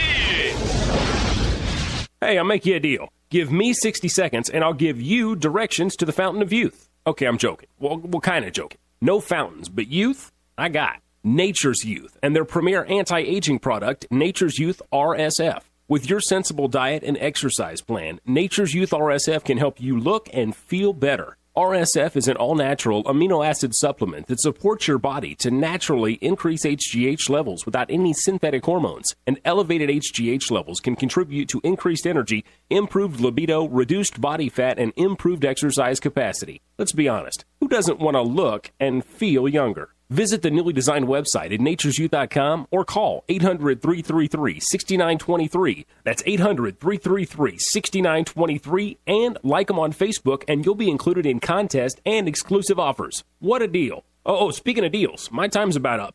800-333-6923 or naturesyouth.com. Who needs a fountain anyway? Call today. Did you ever turn to your radio for your favorite talk show to find that it's been preempted for this? In the air to deep right center. Back goes Lewis to the wall, and it's all here! Or this? And I'm ashamed of you, Hillary, for voting for it. Do you have a favorite talk radio program that's not available in your city? Just go to TalkStreamLive.com for links to the best streaming talk radio shows. At TalkStream Live, you will find live talk shows 24 hours a day, 7 days a week. All your favorites are here. With such a large selection, you will also discover some new favorites. On the go and still want to listen? With the mobile smartphone, simply type TalkStream Live on your internet browser. Now you can take internet radio with you. You will also find hundreds of music, news, and sports streams. Best of all, the TalkStream Live directory is free and there's never a login required. Remember TalkStreamLive.com, the fastest route between you and your favorite talk radio show. You are listening to Fade to Black with Jimmy Church on the Game Changer Network. Oi, oi, I'm Reese Evans. You're listening to Jimmy Church. This is Revolution. The revolution will not be televised. The revolution is on radio. Ciao.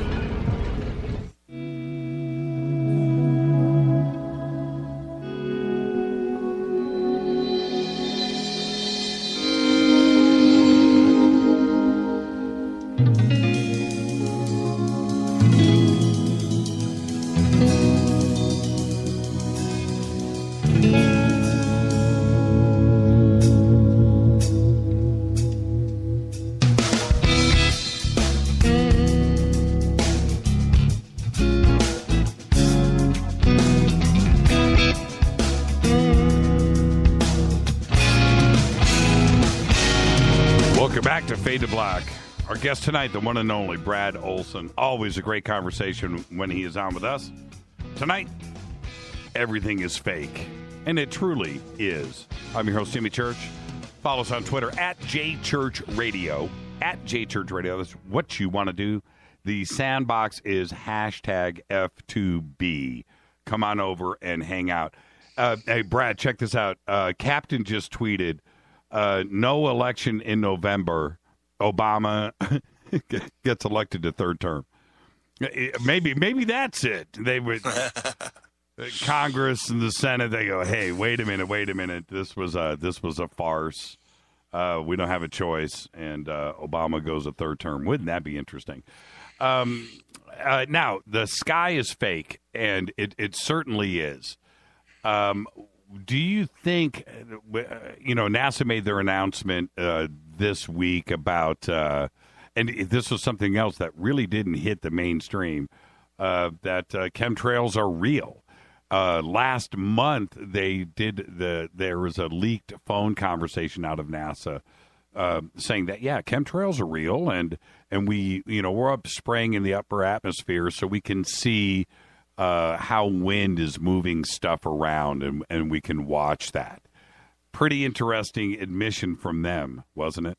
Yeah, and finally they step up and tell us a little tidbit of truth. I mean, NASA stands for never a straight answer. Right. And they have been for years putting out disinformation on the web that it's just the way that condensed air collects and turns into clouds. That's bullocks. I mean, you and I grew up as kids. We never saw a sky that looked like a tic-tac-toe board that persisted for hours and turned into clouds. So finally they're admitting it, but as you said, the prostitute mass media didn't touch it, and the weatherman will never touch it either, because if they do, they're one and done. There are a couple of clips of weathermen who have been on the news and said, oh, yeah, I was a military guy. What you see, those lines, that's chaff. We used to spray it in the military. It's a way of creating cloud cover. Right. That guy's gone. Right. Never see him again. Right. And over in Cyprus, they last week, I didn't see any follow-up on this either as well. Over in Cyprus, their parliament, if that's what they call it, whatever their governing body is over there, one of them said, one of their constituents had contact, said, what's going on? We've got these overflights over Cyprus every single day, and it's crisscrossing up there, and I think it's chemtrails. So he turns around and says, that's interesting, kind of looks into it a little bit. All of this went down in a matter of about 7 days. And then he turns around and says, look, tomorrow we're going to have a hearing. We need to know who is flying over, because it's not our planes doing this. It's not our government doing this. Somebody is doing these chemtrail overflights over Cyprus, and I want to know what they're about. That was the last that this was talked about.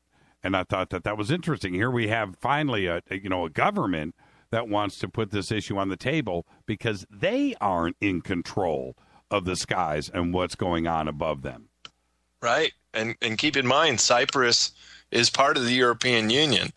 Well, I could answer that question. It's NATO who's responsible for the spraying in Europe, and the Air Force for here.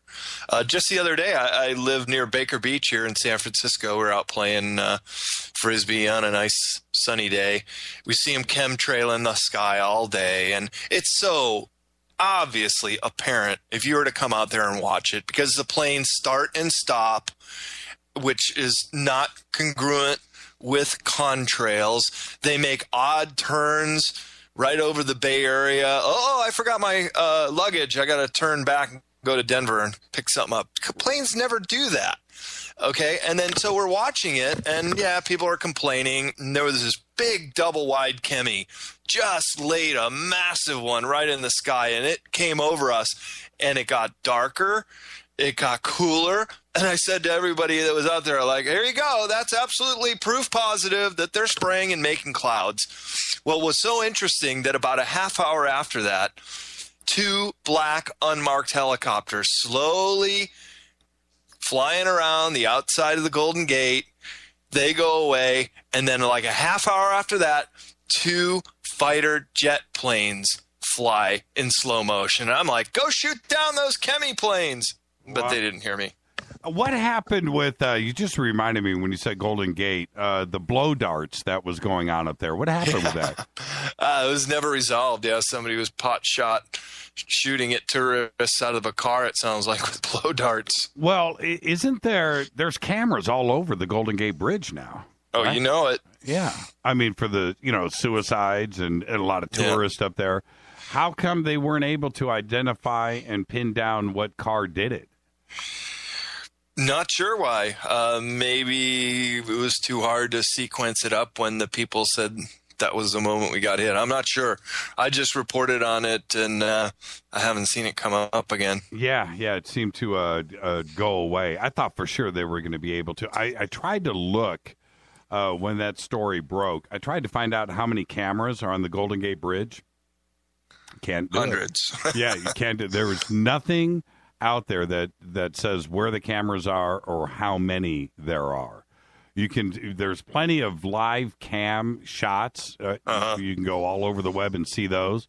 But as far as where the cameras are or how many on the Golden Gate Bridge, can't find out. I tried. I really tried to find out. The next thing I want to talk about, and I find this we're going to talk about oil and gas prices. That what's going on with that on so many different fronts, and the way that the media is reporting it. I think that they're trying to really, really, really crush the Soviet Union. Okay, all the Soviet economy was propped up, in such grand fashion when oil was $100 a barrel, and all of the oligarchs there, and the Russian billionaires, and the Russian oil industry that just surfaced and funneled into the economy and funded the war machine and the Olympics and everything else, the Winter Olympics and everything that was going on. It seemed like it was happy times are here again for the Soviet Union. And the next thing you know, there's so much oil in the world that we're down to, $30 a barrel. And it's now costs more money to ship oil and to pull it out of the ground than what it's worth. You're better off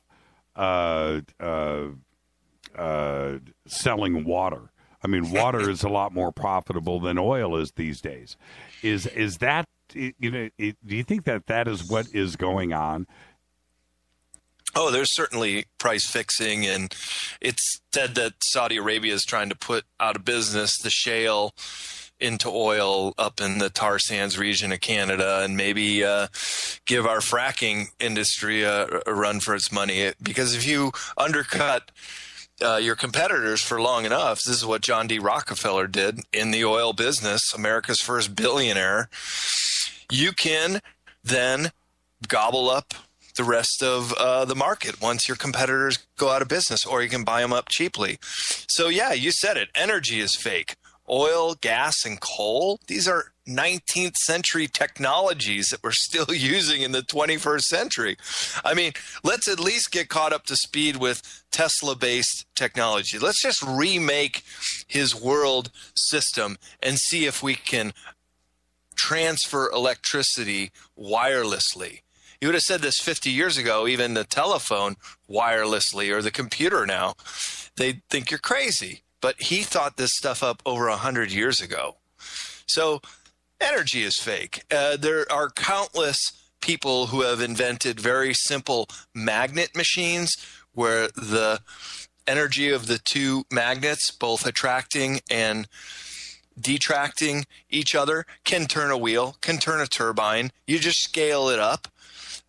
Fleischmann and Pons were these two researchers in the 1980s who were doing these cold fusion studies, and everybody remember, oh yeah, those guys were fake, those guys were phonies. No, not at all. They were trashed by the energy industry, which, by the way, is the number one largest enterprise on this planet. Nothing bigger than energy. So yeah, you think they're going to squash their competition when they come around? Well, 60 Minutes did a piece on cold fusion, said, yeah, absolutely, this works. They just got a bad rap. Well, how'd they get a bad rap? That's what I'm saying. So they come in here and protect their interests and pay off people. You mentioned the Saudis, how they're getting into our game. This is all dirty oil money. It's filthy, creepy billionaires who are now throwing money at these super PACs and throwing our elections too. So once again, the fakery crosses boundaries and crosses lines and just overlaps into everything else.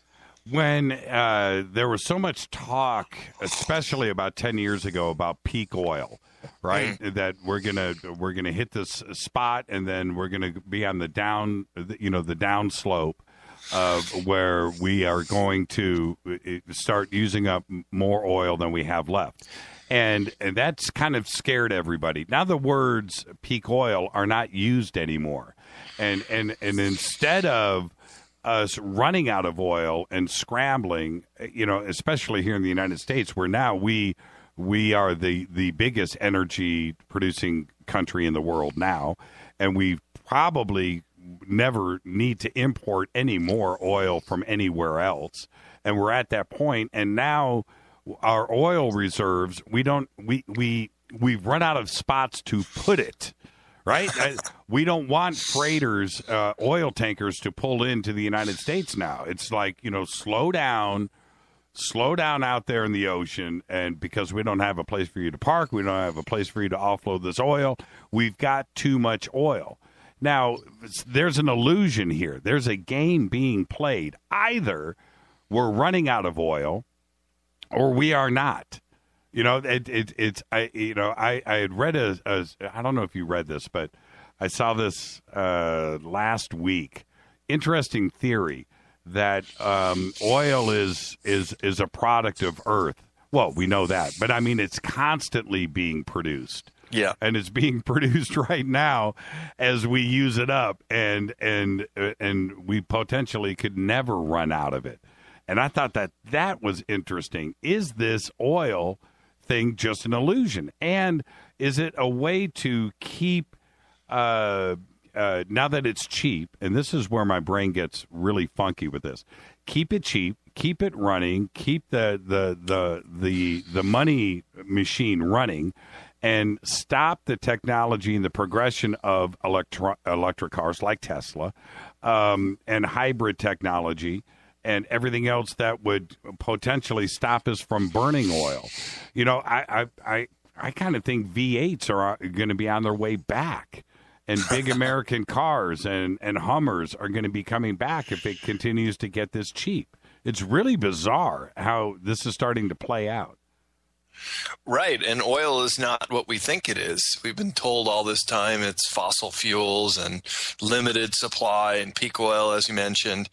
Well, I have a chapter in Future Esoteric called Free Energy and discuss some of the other ways about thinking about oil, and you're absolutely right. It first was discovered out at the big oil fields in Siberia. The Russians were drilling super deep.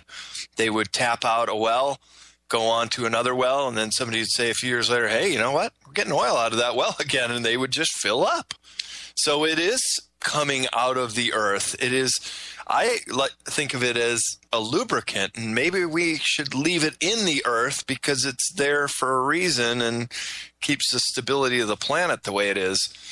But, you know, that and fracking, which is poisoning water wells all across this country and elsewhere, is just mind-boggling how stupid that thinking is.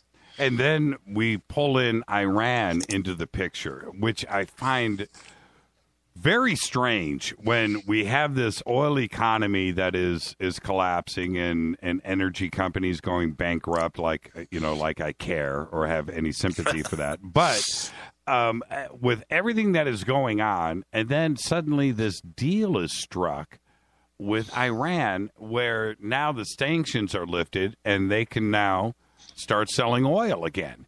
And they are going nuts. They want to kick it up to 1 million barrels per day. They've got stuff in storage. They have I keep saying freighters, oil tankers full of oil because they didn't have any place to put it, so they just filled up all of these tankers. Now they're heading out, and it's a weird timing situation where the market is completely glutted, and now we've got another 1 million barrels per day coming online into markets that can't use it. I just find it strange. If there isn't more of a conspiracy to talk about, there's one for you right there. It doesn't make any sense. And with everything that's going on with Syria and Iraq and ISIS and that war-torn area right there where oil production cannot be what it once was, so why are we in the position that we are in right now? And then you turn around and bring Iran into the market. It's big oil playing with our emotions. Yeah, that was on your list for your counteroffer. Yeah. And all the fakery with ISIS and Iran and Saudi Arabia. And we don't really know. Nobody's over there. Nobody's really can tell exactly what's going on or who's funding these guys or where the arms are coming from. So we have to rely on the traditional mass media. And we've already talked about the fakery of the media. This is a media product that has been molded and shaped for maximal perception drive-through. They want us to attach to these stories because they're on all the networks, to go to the water cooler tomorrow at work and just parrot what they're saying. And this is how this as Leo Zagami describes, this egregore, this collective consciousness of humans can be altered and warped.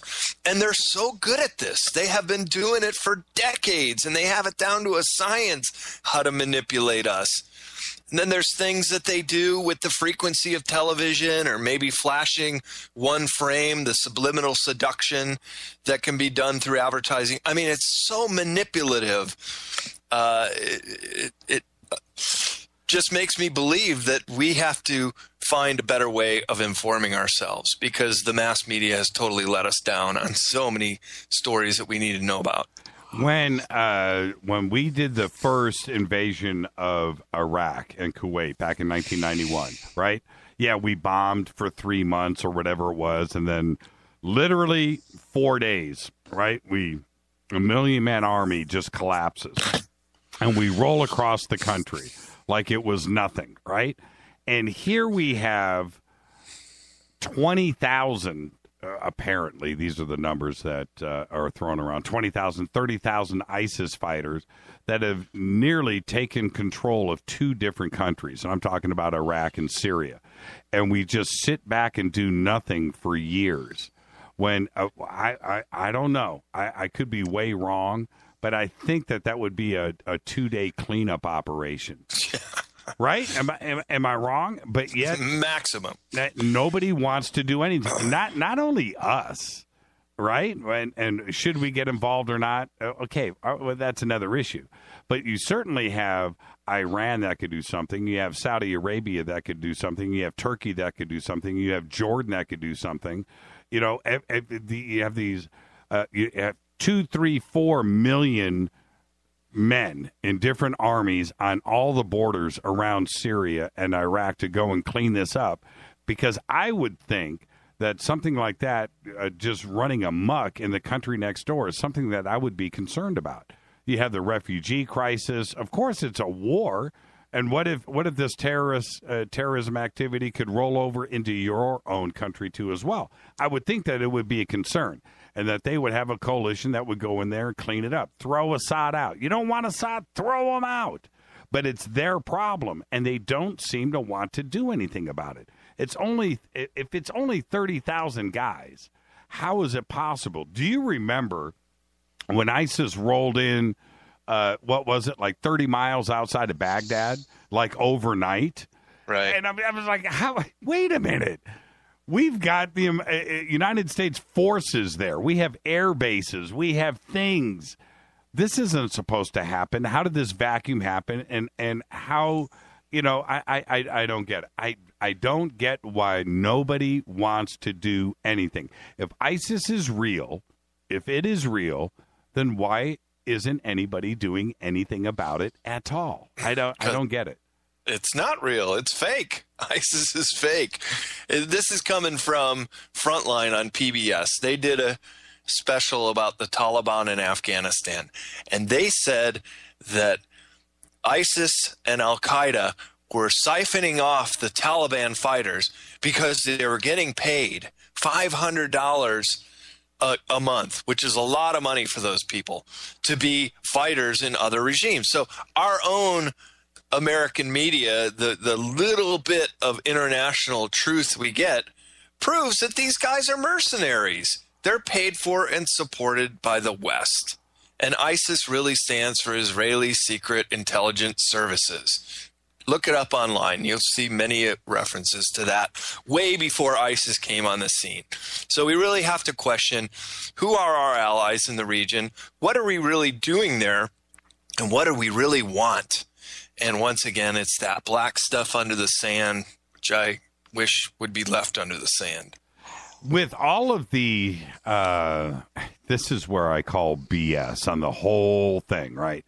Where we have satellites where we can read license plates, right? We know the movement of everything on planet Earth all the time. Mm-hmm. We have now drones crisscrossing everything, real time, all the time. Everything is known, and especially in Syria and Iraq, we know what's going on everywhere. And when I see these videos of columns of Toyota pickup trucks, right, 100 long, filled with ISIS, where's the air power then? Yeah. How can drones. we not? Yeah. How can we not? Isn't that the target that we're supposed to be going after? I don't get it. Who is stopping that? Because we know they're there. We're watching them. Who is not firing onto those? I'm just saying. I don't get it. It's one of the most confusing things ever. If you want a bigger target, how about a half-mile long column of Toyota pickup trucks with anti-aircraft guns in the back, with 10 ISIS fighters hanging out of it, waving a black ISIS flag, rolling up in the middle of the desert, right? Funny how Russia's taking care of that now. That you don't see that much anymore because they're blowing them up. But we didn't do it. We had the opportunity to do, just proving that the U.S. really secretly supports ISIS. And this cover story, it's to destabilize the Middle East. It's to keep everybody off balance. And it could be part of this larger Israel project to go from the Euphrates to the Nile River. Those are the two bars on an Israeli flag. The blue bars represent this territory, and that's exactly where all this turmoil is taking place. So we're seeing the great showdown, the great game, as it's called, being played out, and this is the setup for World War III. And let's just hope it doesn't come to that, and somehow cooler heads will prevail, and this ceasefire in place right now will really hold and turn the tide on the drumbeat of war. You know, it's crazy, but 2 weeks ago was the launch of Desert Shield, right? Schwarzkopf, right? The 4-day sweep, and that was 1991, and we never left. No. 1991. This is 2016. We have never left. If you think about the craziness of World War II, right? 5 years, right? Yeah. Right? Iraq.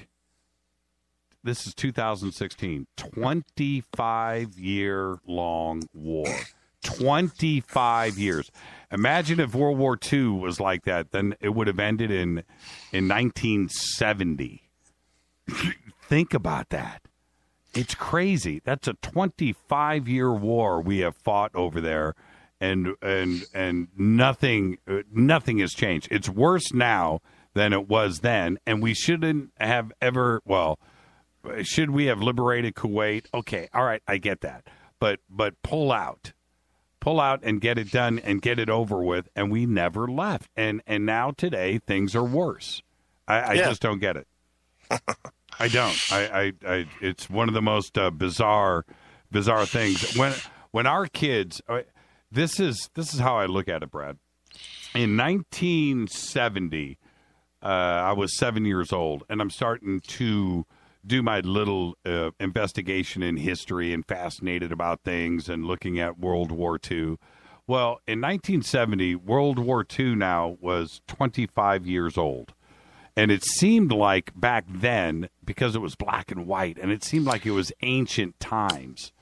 But if we sit there and look at it now, today, well, that's like talking about 1990. This is recent history, right? And I just don't understand how we can teach our kids, 20 years from now, that we had a 25-year war. 25 years. And you know what? Next year it's going to be 26. And the year after that it's going to be 27. I don't see it ending. Isn't that a crazy thing to teach our kids, that we did something like that for 25, 30 years? Maybe it'll be the next 100 years war. Oh, man. And we're right there. All right, let's take a quick break. Our guest tonight, Brad Olsen. When we come back, you know what? We're going to talk Zika virus. Hey, you know what? I want to talk some X-Files, too. Are you down for that, Brad? Let's do it. Brad Olsen, Fade to Black, bespoke radio for the masses. I'm your host, Jimmy Church. Be right back. Stay right there.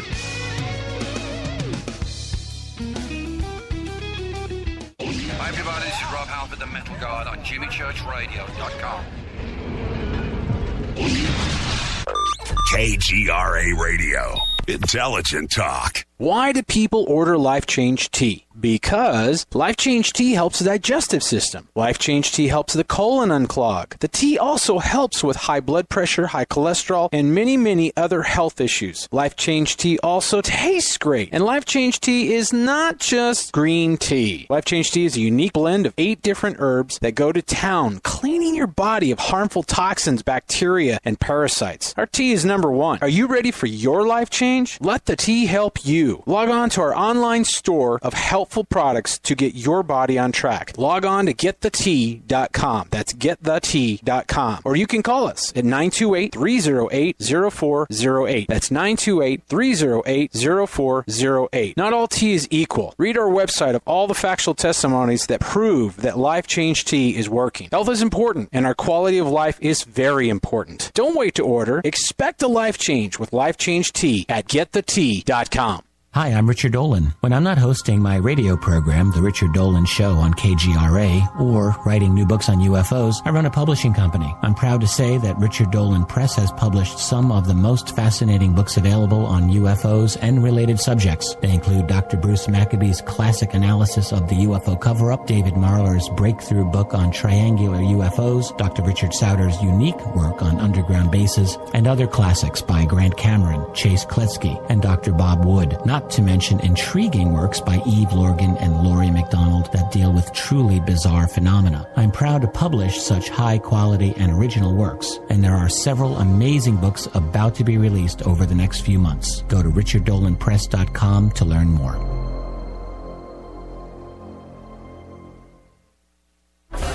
Did you know that when you're on the road with limited data or Wi-Fi available, you can still listen to every minute of Fade to Black by just calling 605-562-4482. No smartphone, app, or internet needed. It saves your data plan and no extra cost if you have unlimited minutes. Just call 605-562-4482. You can listen to me, Jimmy Church, on any phone, anytime, anywhere. Go Beckley Tappy.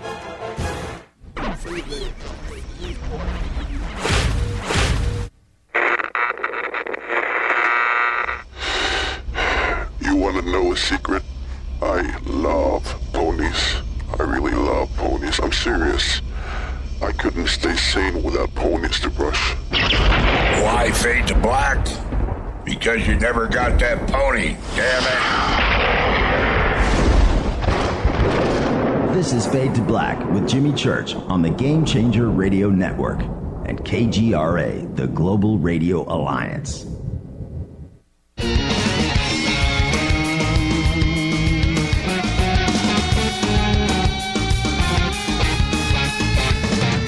All right, welcome back to Fade to Black. Bespoke radio for the masses. Follow us on Twitter at JChurchRadio, hashtag F2B is the sandbox, which is on fire. So Brad, check this out. I'm in the bunker, right? And it's hot, it's dark. I'm in here slaving, getting this show done and having a great time, right? So I wander out, I go down the hall, and I go into Rita's studio, right? And I go in there, Rita's kicked back. She's got some buffalo wings with some ranch dip. She's got cheesecake. She's got a Red Bull. Next to that is a Starbucks iced coffee, half drunk, and a bag of chips.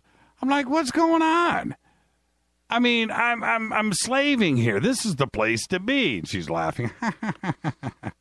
And then I have to come back in here with my cup of coffee and do the show. And she's down there partying. Partying. All right, Zika virus, and we can expand on that a little bit and jump into Ebola and swine flu and that fear porn situation. What do you make of that, and why do they do that? Why the fear porn with viruses? Well, I got one for you. This is going to be a scoop on Fade to Black. Viruses are fake. I was having a Christmas party about a decade ago, and some friends of mine in the publishing business who are also hip on UFO and some other metaphysical type subjects, they said, well, did you know that all viruses are alien viruses that are introduced to planet Earth? That none of the other human-like species that live out there have viruses. They're gone. They never were. That they were introduced to the human race to just vex us, to kill us off, the slow kill, all of that. And so I was like, well, that's pretty interesting. Let me look into it. And when I looked into it, do you know that viruses do not have DNA? They have RNA. So they are completely different from all the other species that live here on the planet. And they're made up that way. And we also know that Fort Detrick, Maryland, has a bioweapons lab where they manufacture viruses.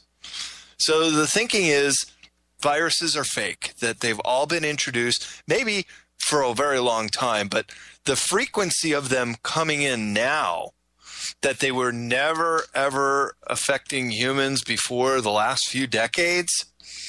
And then you have groups like Monsanto, and Bill Gates owns millions of shares of Monsanto, and he's made predictions like 100 million or more people are going to die from a pandemic. Well, how would you know that, Mr. Gates, unless maybe you were working on engineering that?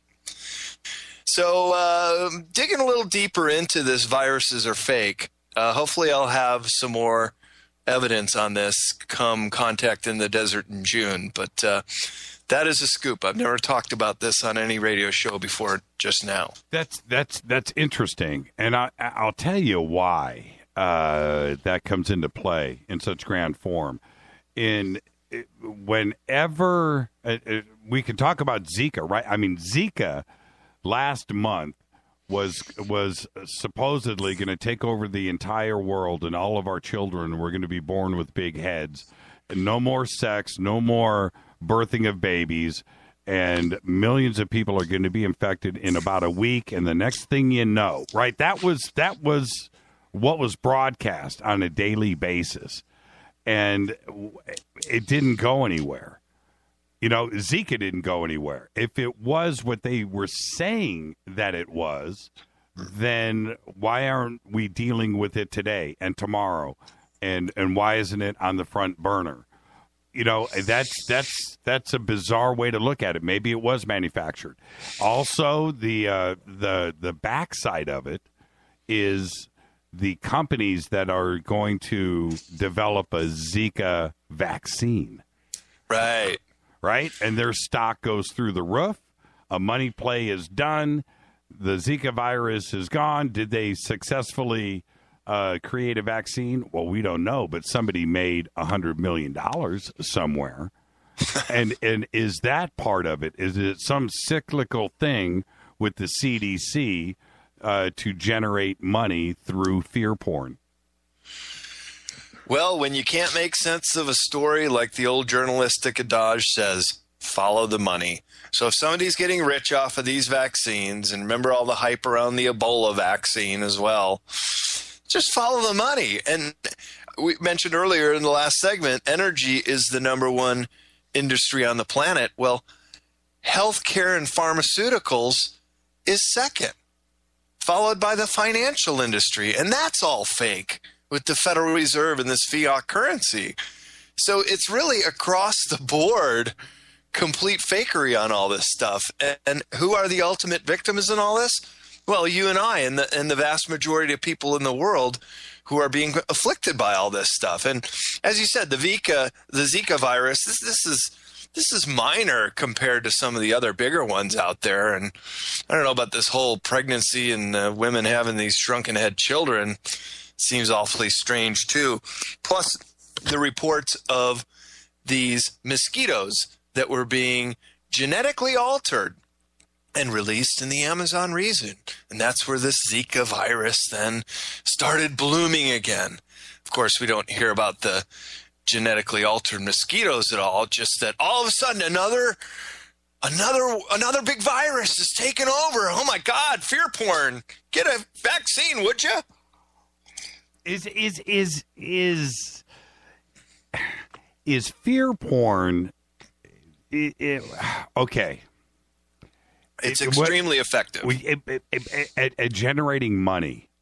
That's what, and when you look at the headlines and you go through, and it doesn't matter what it is. It doesn't matter. You can tie profitizing and profiteering behind any fear porn news story.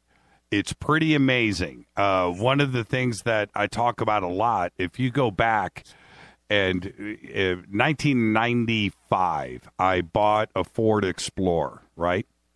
And brand new, and I get it, and I'm happy. The week that I bought it, actually, a couple of days later, I'm driving down the 101, and I blow out a tire on the freeway. Brand new. I'm talking about a couple of days old. And I replaced the tire, cost me whatever, blah, blah, blah. And then about a month after that, the Firestone Ford Explorer tire fear porn started. Remember that? Mm-hmm. And so if you own Firestone tires on a Ford Explorer, this model, blah, blah, blah, and I was thinking, wow, and so what did I do? I went out and I replaced all of my tires. Cost me a lot of money.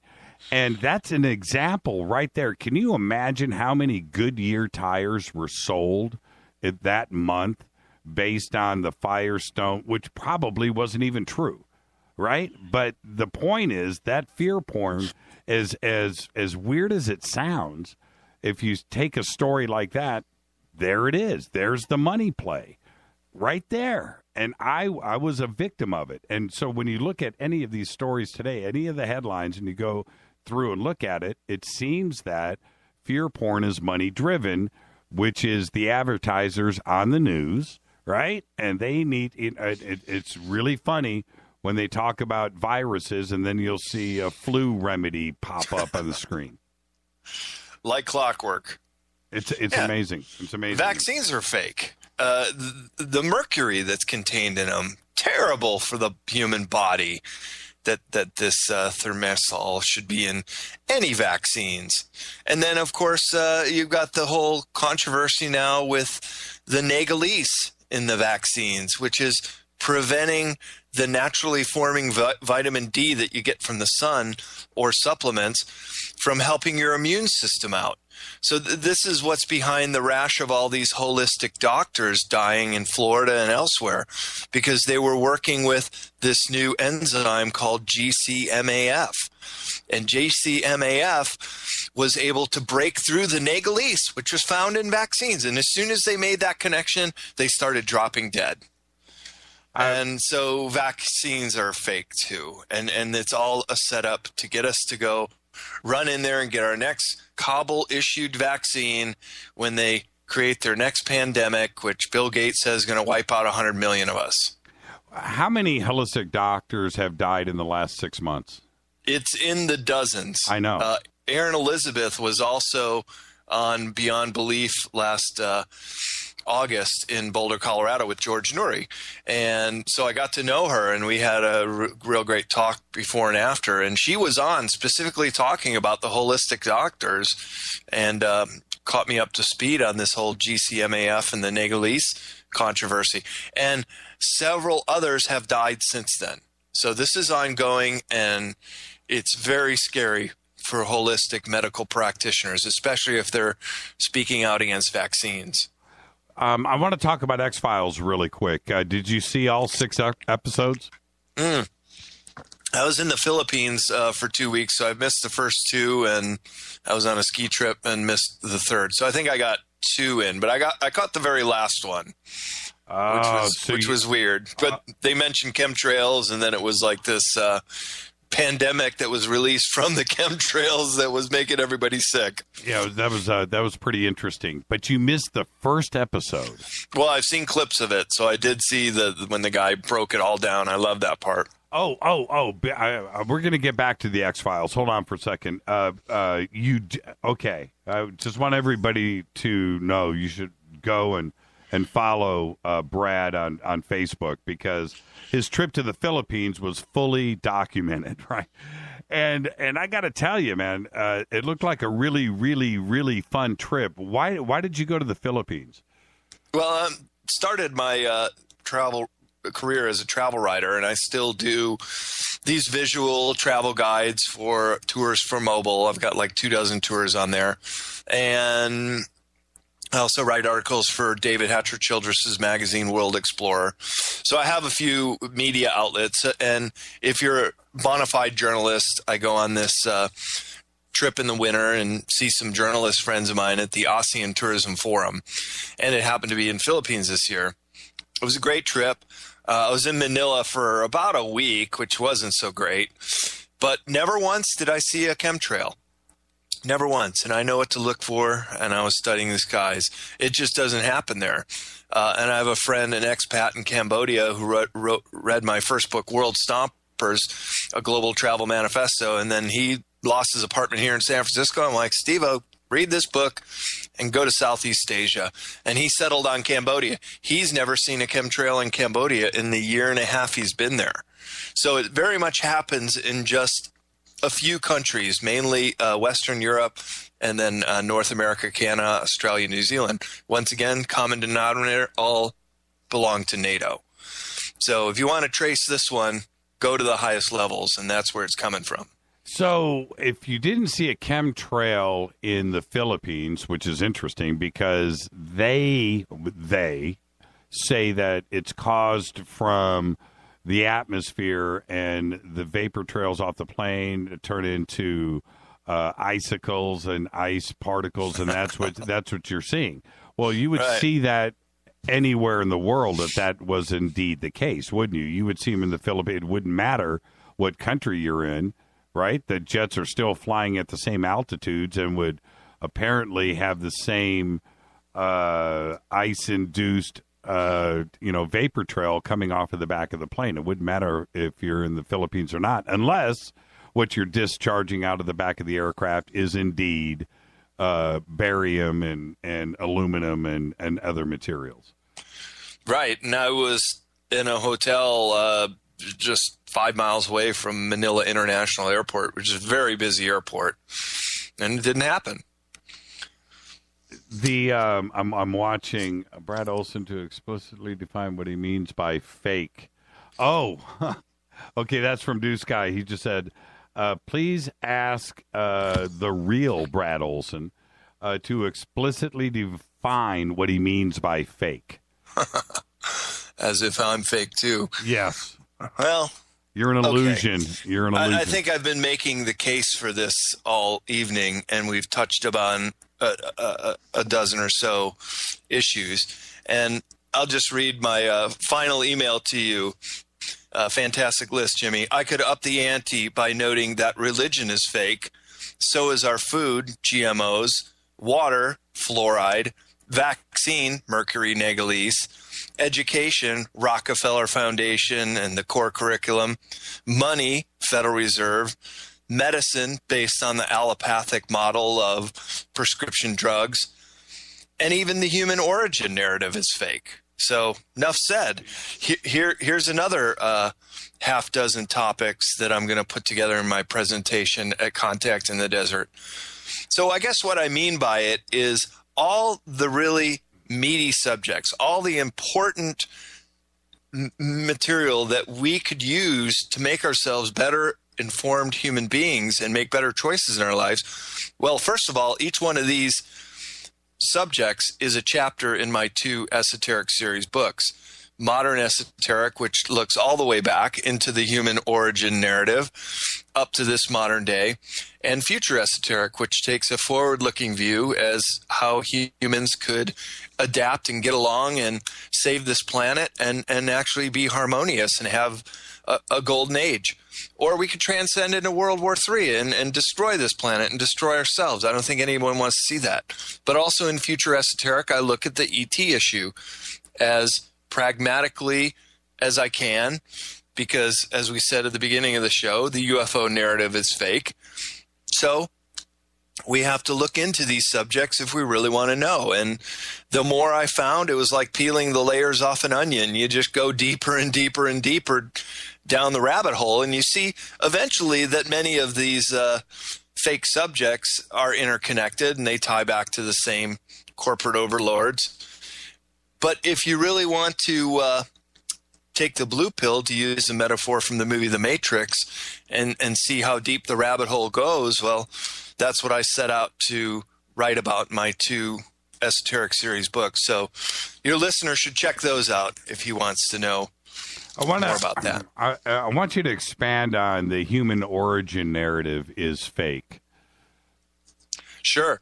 Well, the main talking point, and I've been on Coast to Coast talking about this, in Modern Esoteric, I talk about the Rh negative blood factor in humans, and about 15% of the human race have Rh negative blood, and that is also including my own family. And my Uncle Douglas, who died at 5 days old during World War II, was infected with my grandmother's Rh negative blood. He was a Rh positive baby, as was my grandfather, and he died. And then my Aunt Diane was the next on the line who almost died and went through revolutionary procedures at the Mayo Clinic in the Midwest that saved her life. But she's always been had health issues since then. So here's what's so terribly interesting about the Rh factor. And I'm so glad that Ancient Aliens had me on again, because we're talking, there's a whole show that's coming out called Pre-Human Origins. And I discussed this on the show. Hopefully they'll use my clips. And the Rh negative factor that can kill its own offspring, as it did in my family, occurs nowhere else in the animal kingdom. Nowhere. Only humans have this.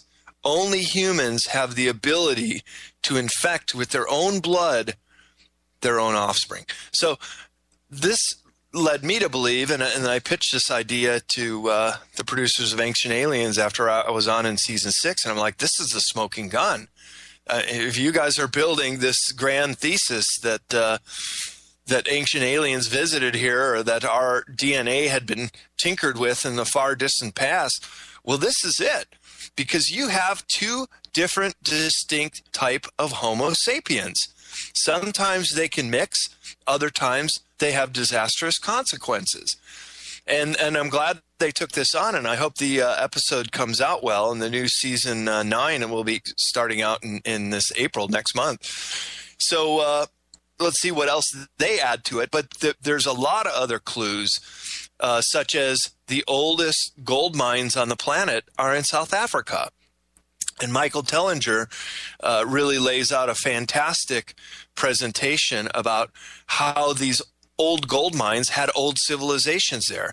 And then this ties in with Shitkin and the Sumerian cuneiform texts, which describe early humans being manipulated genetically, being a cross between proto-humans like Homo erectus or even Neanderthal, and mixed with perhaps more advanced DNA. And DNA scientists are finding this out now, that we have a whole bunch of different species within our DNA, including reptilian, the little reptilian brain in the back of our head. The flight or fight mechanism is right out of this. So the story goes on and on and on, but basically the end of the discussion here is basically the big picture is we have been tinkered with, that evolution, as we've been taught in school, is not quite the complete picture. That while evolution does work and is continuing, all of a sudden the humans just come on the scene in a flash.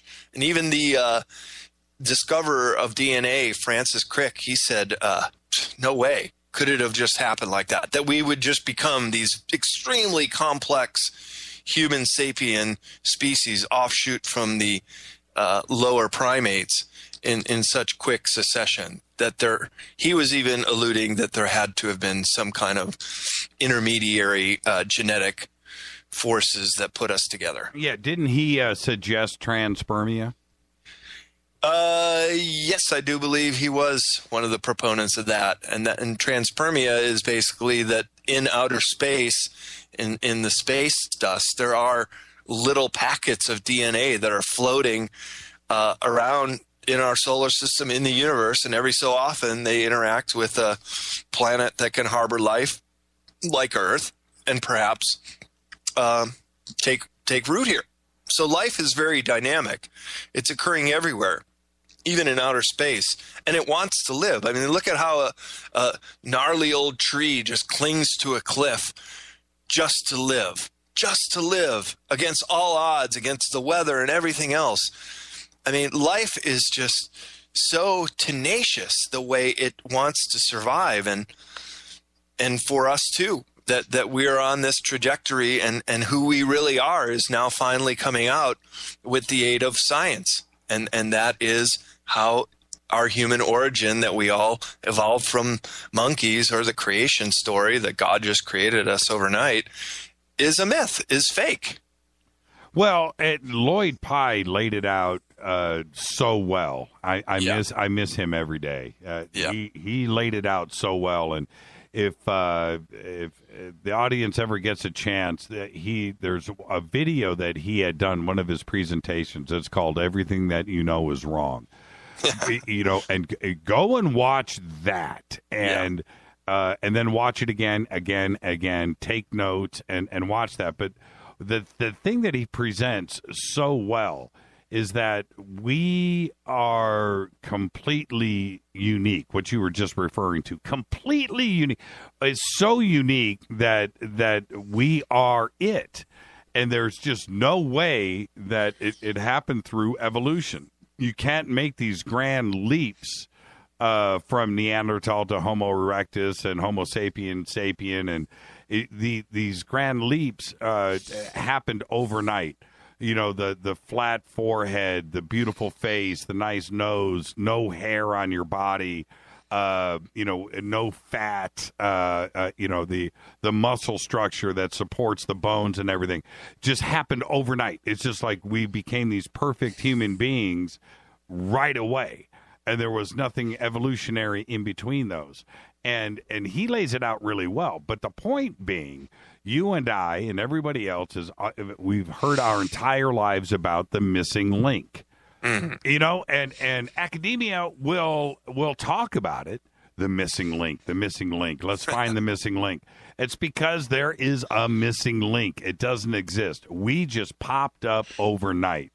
I'm sorry. Darwin doesn't come into play here.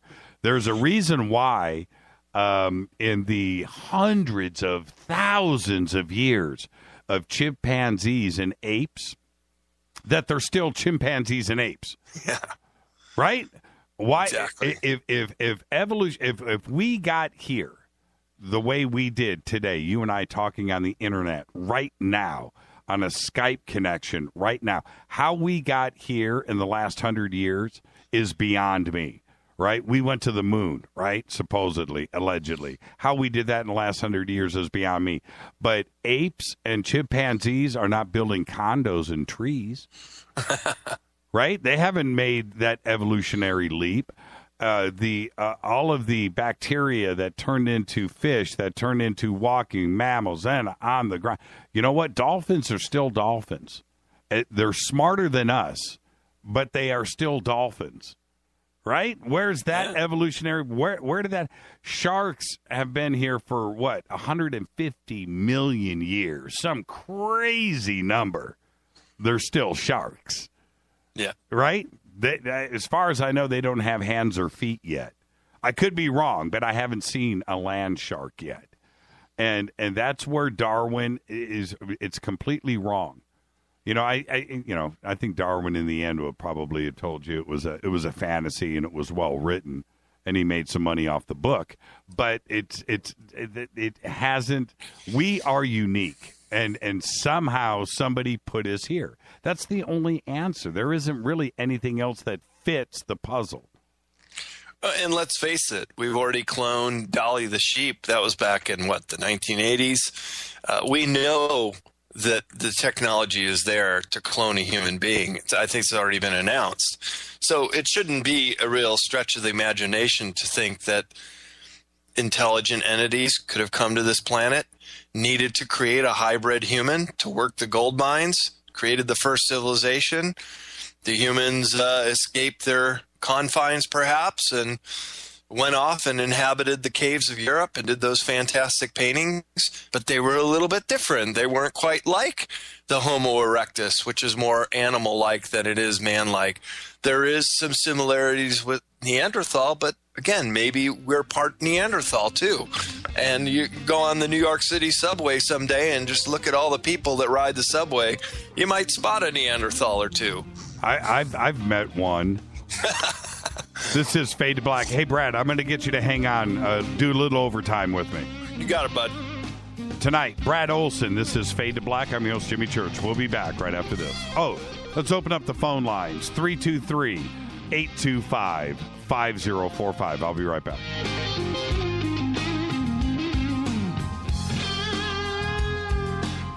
Hey, what up, y'all? It's your girl Vivica Fox here, and you are listening to my boy, Jimmy Church, on JimmyChurchRadio.com. Despite popular opinion, reading a book will not make you smarter. But listening to Jimmy Church will.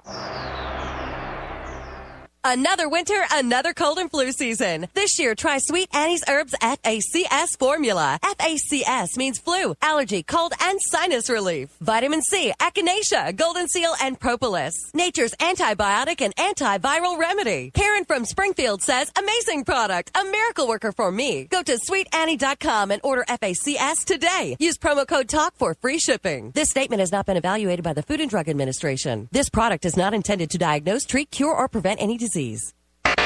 Imagine no longer being tied down to your computer, but having the freedom to take live talk radio with you anywhere you go. TalkStream Live introduces our first ever iPhone application. The talk shows you follow now follow you, and your iPhone is now the fastest and easiest way to stay connected to the best talk radio on the internet. Listen to live talk shows 24 hours a day, 7 days a week. TalkStream Live, now available in the iTunes App Store. Hello, Fadernauts. Are you looking for the ultimate Bluetooth speaker system? Well, check this out. The Studio Dome surround sound system, featuring the Studio Dome 1 SD1 and the Studio Boombox SBB wireless Bluetooth speakers, is the perfect way to get surround sound without all of the cable headaches. With its own hard shell custom carrying case for taking your surround sound experience on the go.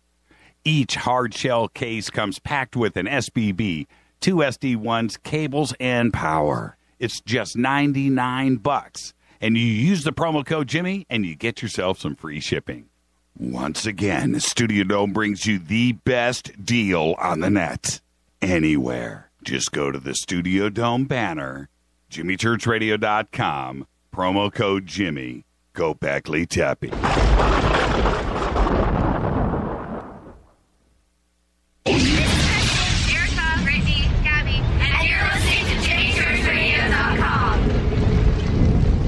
It's not a lifestyle we chose. We were born this way. KGRARadio.com.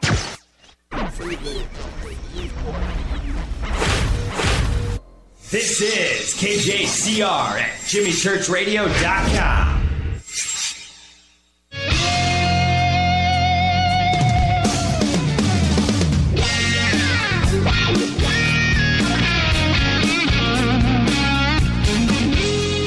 Welcome back to Fade to Black. I'm your host, Jimmy Church. Follow us on Twitter at JChurchRadio. You do want to join the sandbox. Hashtag F2B. All right, our guest tonight is Brad Olsen. And yeah, this is an everything is fake kind of show. Let's go to the phones. Hi, you're live on Fade to Black. Say hi to Brad Olsen. Who's calling? Hi, Brad. This is Allison. How are you? Hi, Allison. Doing great. Hi. Really enjoying the show this evening. And quite conveniently, the air went dead right as you were getting into your explanation of RH negative. And all of us were commenting on it. So I would just love if you would just go over that part of it one more time, and I'll take this off the air. And, dude, man, you really do a great job. I was enjoying this evening immensely. Thank you so much, Allison. Okay, yeah, we'll do that right now. Brad, the RH negative, which is, we were talking about the origin of species there, and your family. So, all right, take it from the beginning. Go ahead. Sure. Well, RH, first of all, it stands for rhesus, the rhesus monkey, which is a lower primate with a long tail, not one of the great apes, but it traces up through the ape family.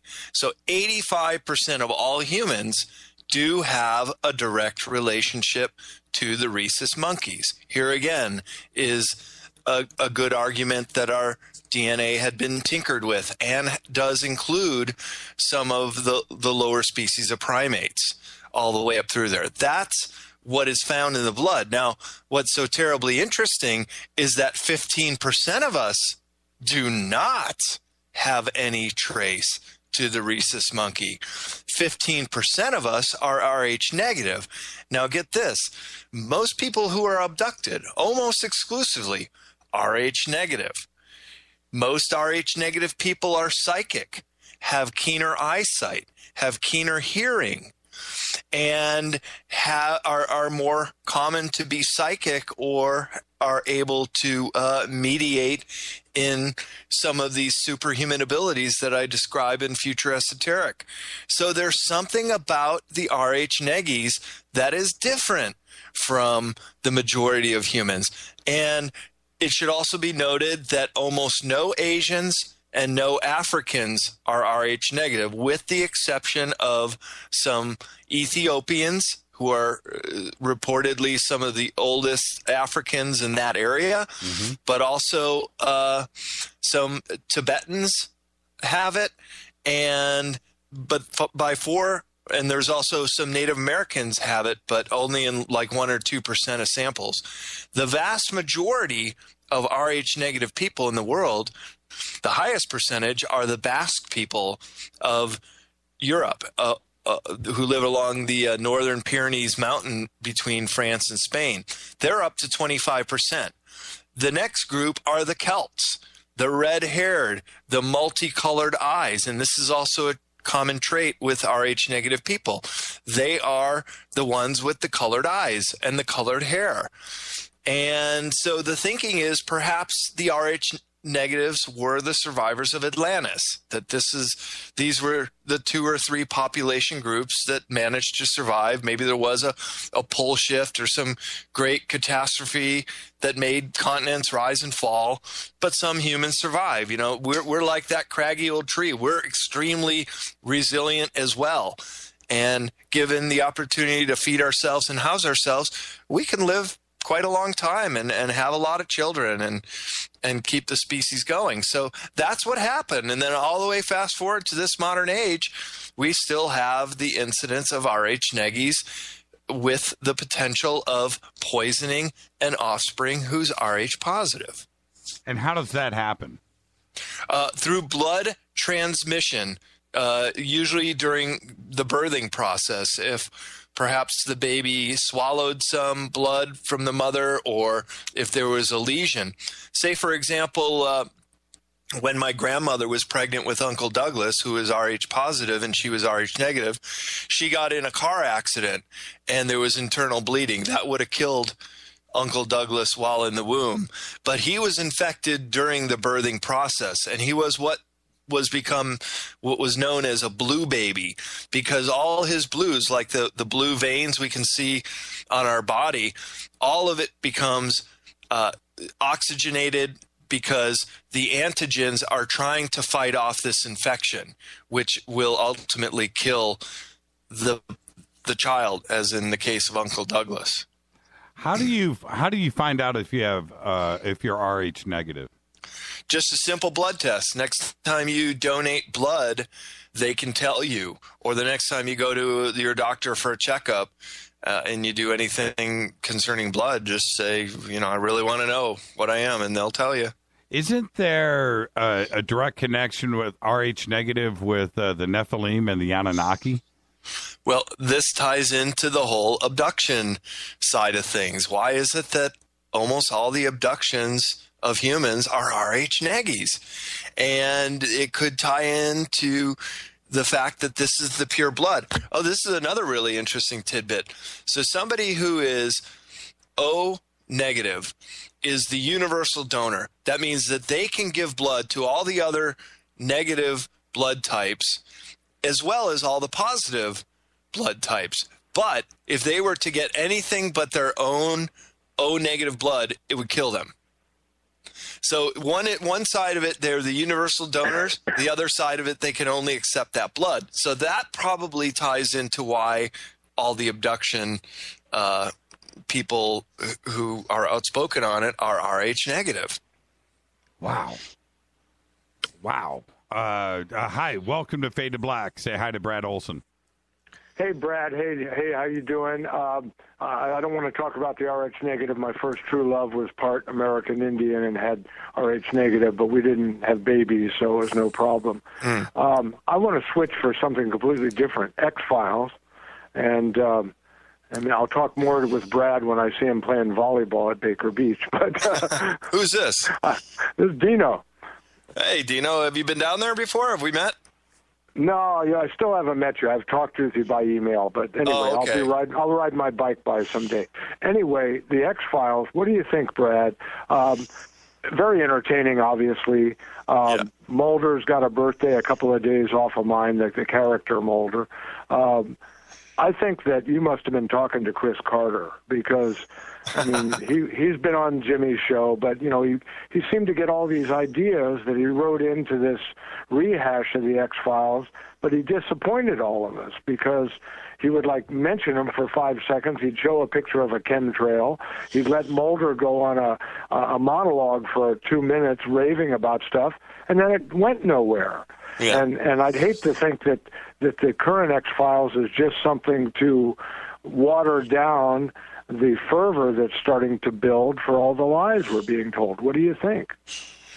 Yeah, well, X-Files was on Jimmy's list, so I'd like to hear what he says, but I'll just throw this in there that nothing happens in Hollywood without a vetting process, and this is what's known as predictive programming, that they will seed us with ideas and concepts that they want to get out there, but they'll put it in the context of a show like the X-Files that people just can brush out. Oh, X-Files, yeah, it's that alien, it's crazy talk, but it's still out there. So nothing really happens on accident in Hollywood, and for all it's worth, I have to commend Chris Carter for getting this mini series even out there again, and. You know, as much as people have criticized these last 6 episodes, my reply is, hey, it's better that they were there than if they weren't there. So I think they are moving things forward a little bit, but of course, take them at face value. What do you think, Jimmy? Well, I was pretty critical of it. And the reason why I was critical is because maybe I had the bar set a little bit too high after that first episode. And the first episode, the first 10 minutes or 15 minutes or so, Carter managed to. Now, there were 6 episodes. He directed 3 of them. He directed the number 1, number 5, and number 6. Wrote and directed number 1, number 5, number 6.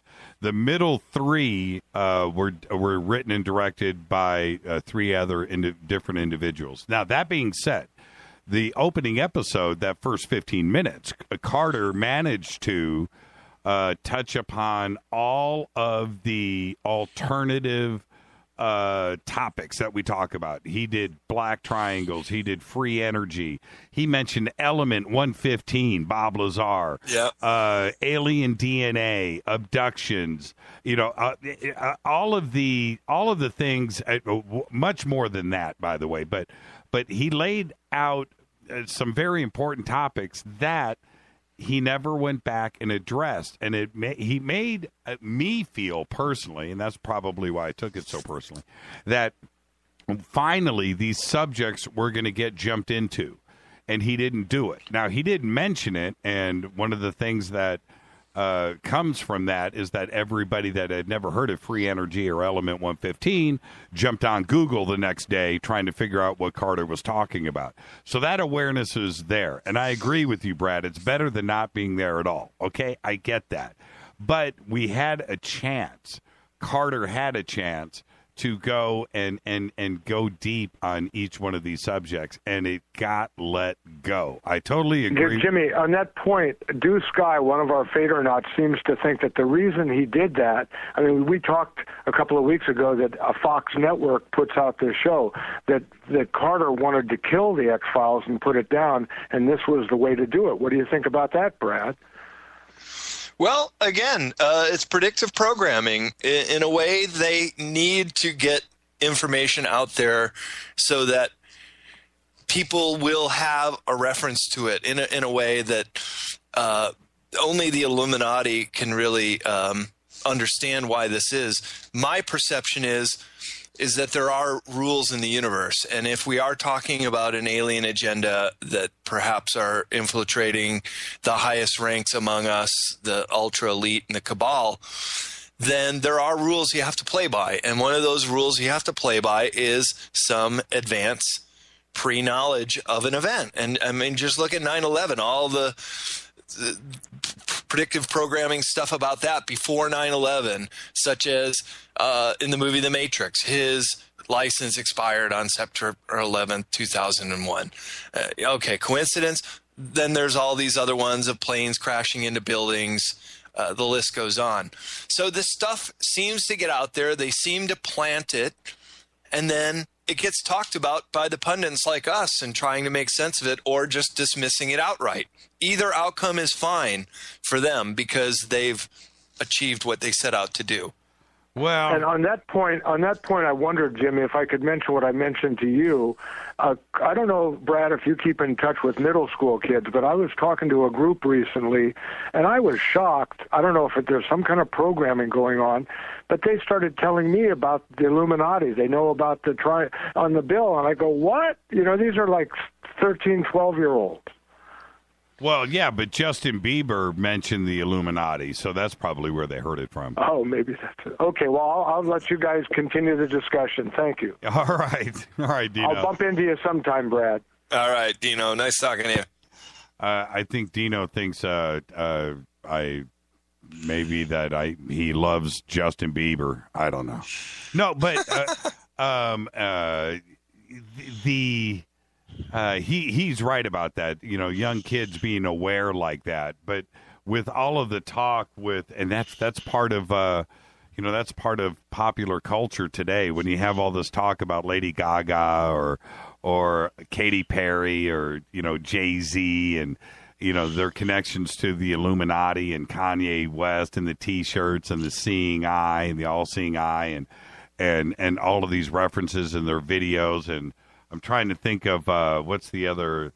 It doesn't matter. But so absolutely, I could see that whole generation of 10 to 15-year-old kids right now fully aware of the name Illuminati. Yeah, absolutely. I find that fascinating. Somebody had just mentioned Justin Bieber is an Illuminati clone hybrid. Yeah, he's probably right. Where is? Oh, yeah. Ruth says, going back to the Rh negative, how does that happen when nobody else in your family is Rh negative? How does somebody become Rh negative when nobody else in the family is? Okay, it's kind of like a regressive gene in the same way that, let's say, two parents with blue eyes have a green-eyed child. Well, how could that happen? But then you look back at the grandparents or great-grandparents, and then there's green eyes in the family. It doesn't always occur every single generation. Even though I'm Rh positive, I could very well have a child who's Rh negative because my dad's Rh negative, but my mom was Rh positive. So it just goes through the generations. It is blending more and more and more with the general population, but it's still there, and it can still come out in newborns. And what do you... Okay, I kind of want to leave on this note. When we deal with the mass media and the way that we have 24-hour programming of reality television now, and we have an entire generation of kids that look up and admire some cultural icons that they probably shouldn't. And a good example would be the Kardashians. And we've always had somebody like the Kardashians before, too, as well. They're not the first, and they're certainly not going to be the last. What was that whole New Jersey thing? Remember that reality TV? I forget what. Oh, yeah, Jersey Shore. Yeah, Jersey Shore. I mean, so there's always going to be, but kids look at that stuff, and that's what they admire and want to grow up and be like, as fake as it is, to that. But now we have, hundreds of millions of our children, of this next generation, thinking that is a real world. And that is something to aspire to and work towards. Yeah, once again, our cultural norms are fake. The things that we're teaching our kids are fake. Why should anyone raise their kid thinking that the Jersey Shore is the norm, or that we should all aspire to be a Kardashian or some other Hollywood star that we know way too much information about their lives? This is not important. It harkens back to George Orwell's 1984, where he said it was very easy to fool the mass people. We would give them sporting events, we'd give them gambling, and they would just fall for that. It's like mental popcorn that we're made to believe is really important, and of course it's not. What's really important are some of the subjects that we're talking about, is using critical thinking, and you're given ability of discernment. What feels right to you based on the multitude of sources that you've looked into? Then you can come to some conclusions as to what is really reality and what is not, because we're just not given the information that we need. And I hope we can make a difference and change this. Thank you so much, Brad. And we'll see you in a couple of months at Contact in the Desert. And then also, you're going to come and hang out with us at the New Living Expo at the end of April. Which up in San Mateo. Looking forward to that. We're going to have a good time. Your next parade up there. What are the dates on that? It's the How Weird Street Fair. I'm the founder of this event, and it's going to be 2 months from today, on Sunday, May 1st, at the intersection of Howard and 2nd. I'll be working all day. You probably won't catch sight of me, but I love to put the smile on the face of 25,000 people. So if you like electronic dance music, come on out for it. Now, that's Sunday, May 1st? Yep. Okay, so that's the last day of the New Living Expo. You're going to be able to come out and hang out with us on Friday?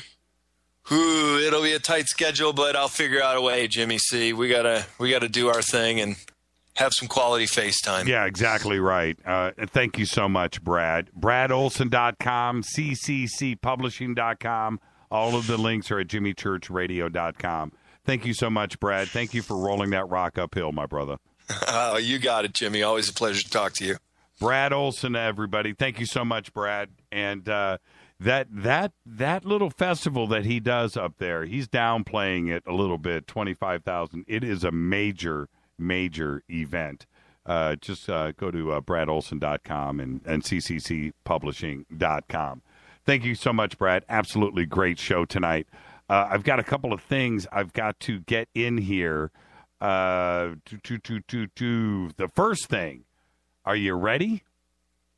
The Rolling Stones announced today that they are going to play a free concert in Havana, Cuba, on March 25th, later on this month, becoming the biggest act to play in Cuba since its 1959 revolution. No joke. The Stones will play 3 days after President Barack Obama visits Havana. The concert is expected to draw a massive audience. I cannot imagine. I would think that everybody in Cuba is going to be there that day. In a country where the government once persecuted young people for listening to the rock and roll. It was seen as a tool of Western capitalism. You know what I think should happen next? I think Judas Priest and Van Halen need to roll through Havana next. March 25th. That is a big deal. Now, check this out. Oh, this is why I love doing this show right now. New Zealand. Now, everybody over in Australia and New Zealand listening to me right now, I want you to hit me back on Twitter and tell me that this is a real story. Or no, that you've heard of it. Because this is nuts. New Zealand has officially recognized its first marriage celebrant from the Church of the Flying Spaghetti Monster. Yes, a pirate costume Pastafarian who said Tuesday that all were welcome to join the religion. Wellington management consultant Karen Martin is an ordained, are you ready? Minestrone. Yes, in the church, whose adherents wear colanders on their heads and believe the universe was created by a flying noodle. It is recognized in New Zealand as a bona fide organization this past December, resulting in Martin recently becoming its first marriage celebrant. Martin rejected the suggestion that it was a spoof church, saying it offered members the very same benefits as any other religion. The church supreme leader is described on their website, I've seen it myself, as, I'm quoting here, a heap of spaghetti appendages with 2 meatballs and a pair of eyes attached to the noodly body through a pair of stalks. End quote. New Zealand. Colanders on their heads. A terrorist suspect nabbed last week in North Africa is the latest in a mounting and alarming list of former Guantanamo Bay detainees to return to the battlefield. This is according to experts who have tracked Gitmo prisoners in and out of the facility for the last 14 years. Hamed Abrahamian Ahmed, nicknamed the Spanish Taliban, was arrested with 3 others this past February 23rd by Spanish and Moroccan authorities on the North African coast. He reportedly led a jihadist effort aimed at recruiting teens to the Islamic State in Iraq and Syria and was prepared to commit terrorist acts on Spanish soil. Ahmed was deemed particularly dangerous by the Spanish law enforcement because, and I'm quoting here, he trained in handling weapons, explosives, and in military tactics. And of course, this comes out right after Obama says he wants to close Gitmo. You gotta love the mass media. One last thing I'm going to let you go with. This is actually pretty cool. So, and I believe, we may have just missed it. But then again, the show was live for 3 hours tonight. The first year-long mission aboard the International Space Station ends tonight, and you can watch its final moments live. A Soyuz spacecraft carrying NASA astronauts Scott Kelly and cosmonauts Mikhail Kornienko and Sergei Volkov is scheduled to land on the steppes of Kazakhstan tonight at 11:27 p.m. Eastern Standard Time. So that was about an hour ago. You can watch the landing live, or you could have, at space.com, courtesy of NASA TV. Coverage begins at 10:15 p.m. Eastern Standard Time. I meant to crack that off at the beginning of the show. Then I decided not to because you would have gone and watched it instead of listening to the show. So if you want to go watch the replay, go to space.com. This is Fade to Black. I'm your host, Jimmy Church. Thank you to Brad Olsen. Absolutely fascinating conversation tonight. Just go to bradolsen.com. Fade to Black's executive producers, Rita Kamarian. Shows produced by Hilton J. Palm, Mark D. Kovar, LJ3, Renee, Mark Dunbar, and Jonas. Thank you, Dennis. Thank you, Bob. Announcers are Steve Harder, Gene Vitoa, Mark D. Kovar. Fady by Dale. Webmaster is Drew, the Geek. Music, Doug Aldrich. Intro, Spaceboy. SpaceboyMusic.com. Fade to Black is produced by KJCR for the Game Changer Network. Syndication is KGRA The Planet. tomorrow night. You're not going to... Seriously. Robin Maxwell and her new book, Atlantos. This broadcast is owned and copyrighted 2016 by Faded Black and the Game Changer Network. Cannot be rebroadcast, downloaded, copied, or used anywhere in the known universe without written permission from Faded Black or the Game Changer Network. I'm your host, Jimmy Church. Everybody be safe. Go Beckley Teppy.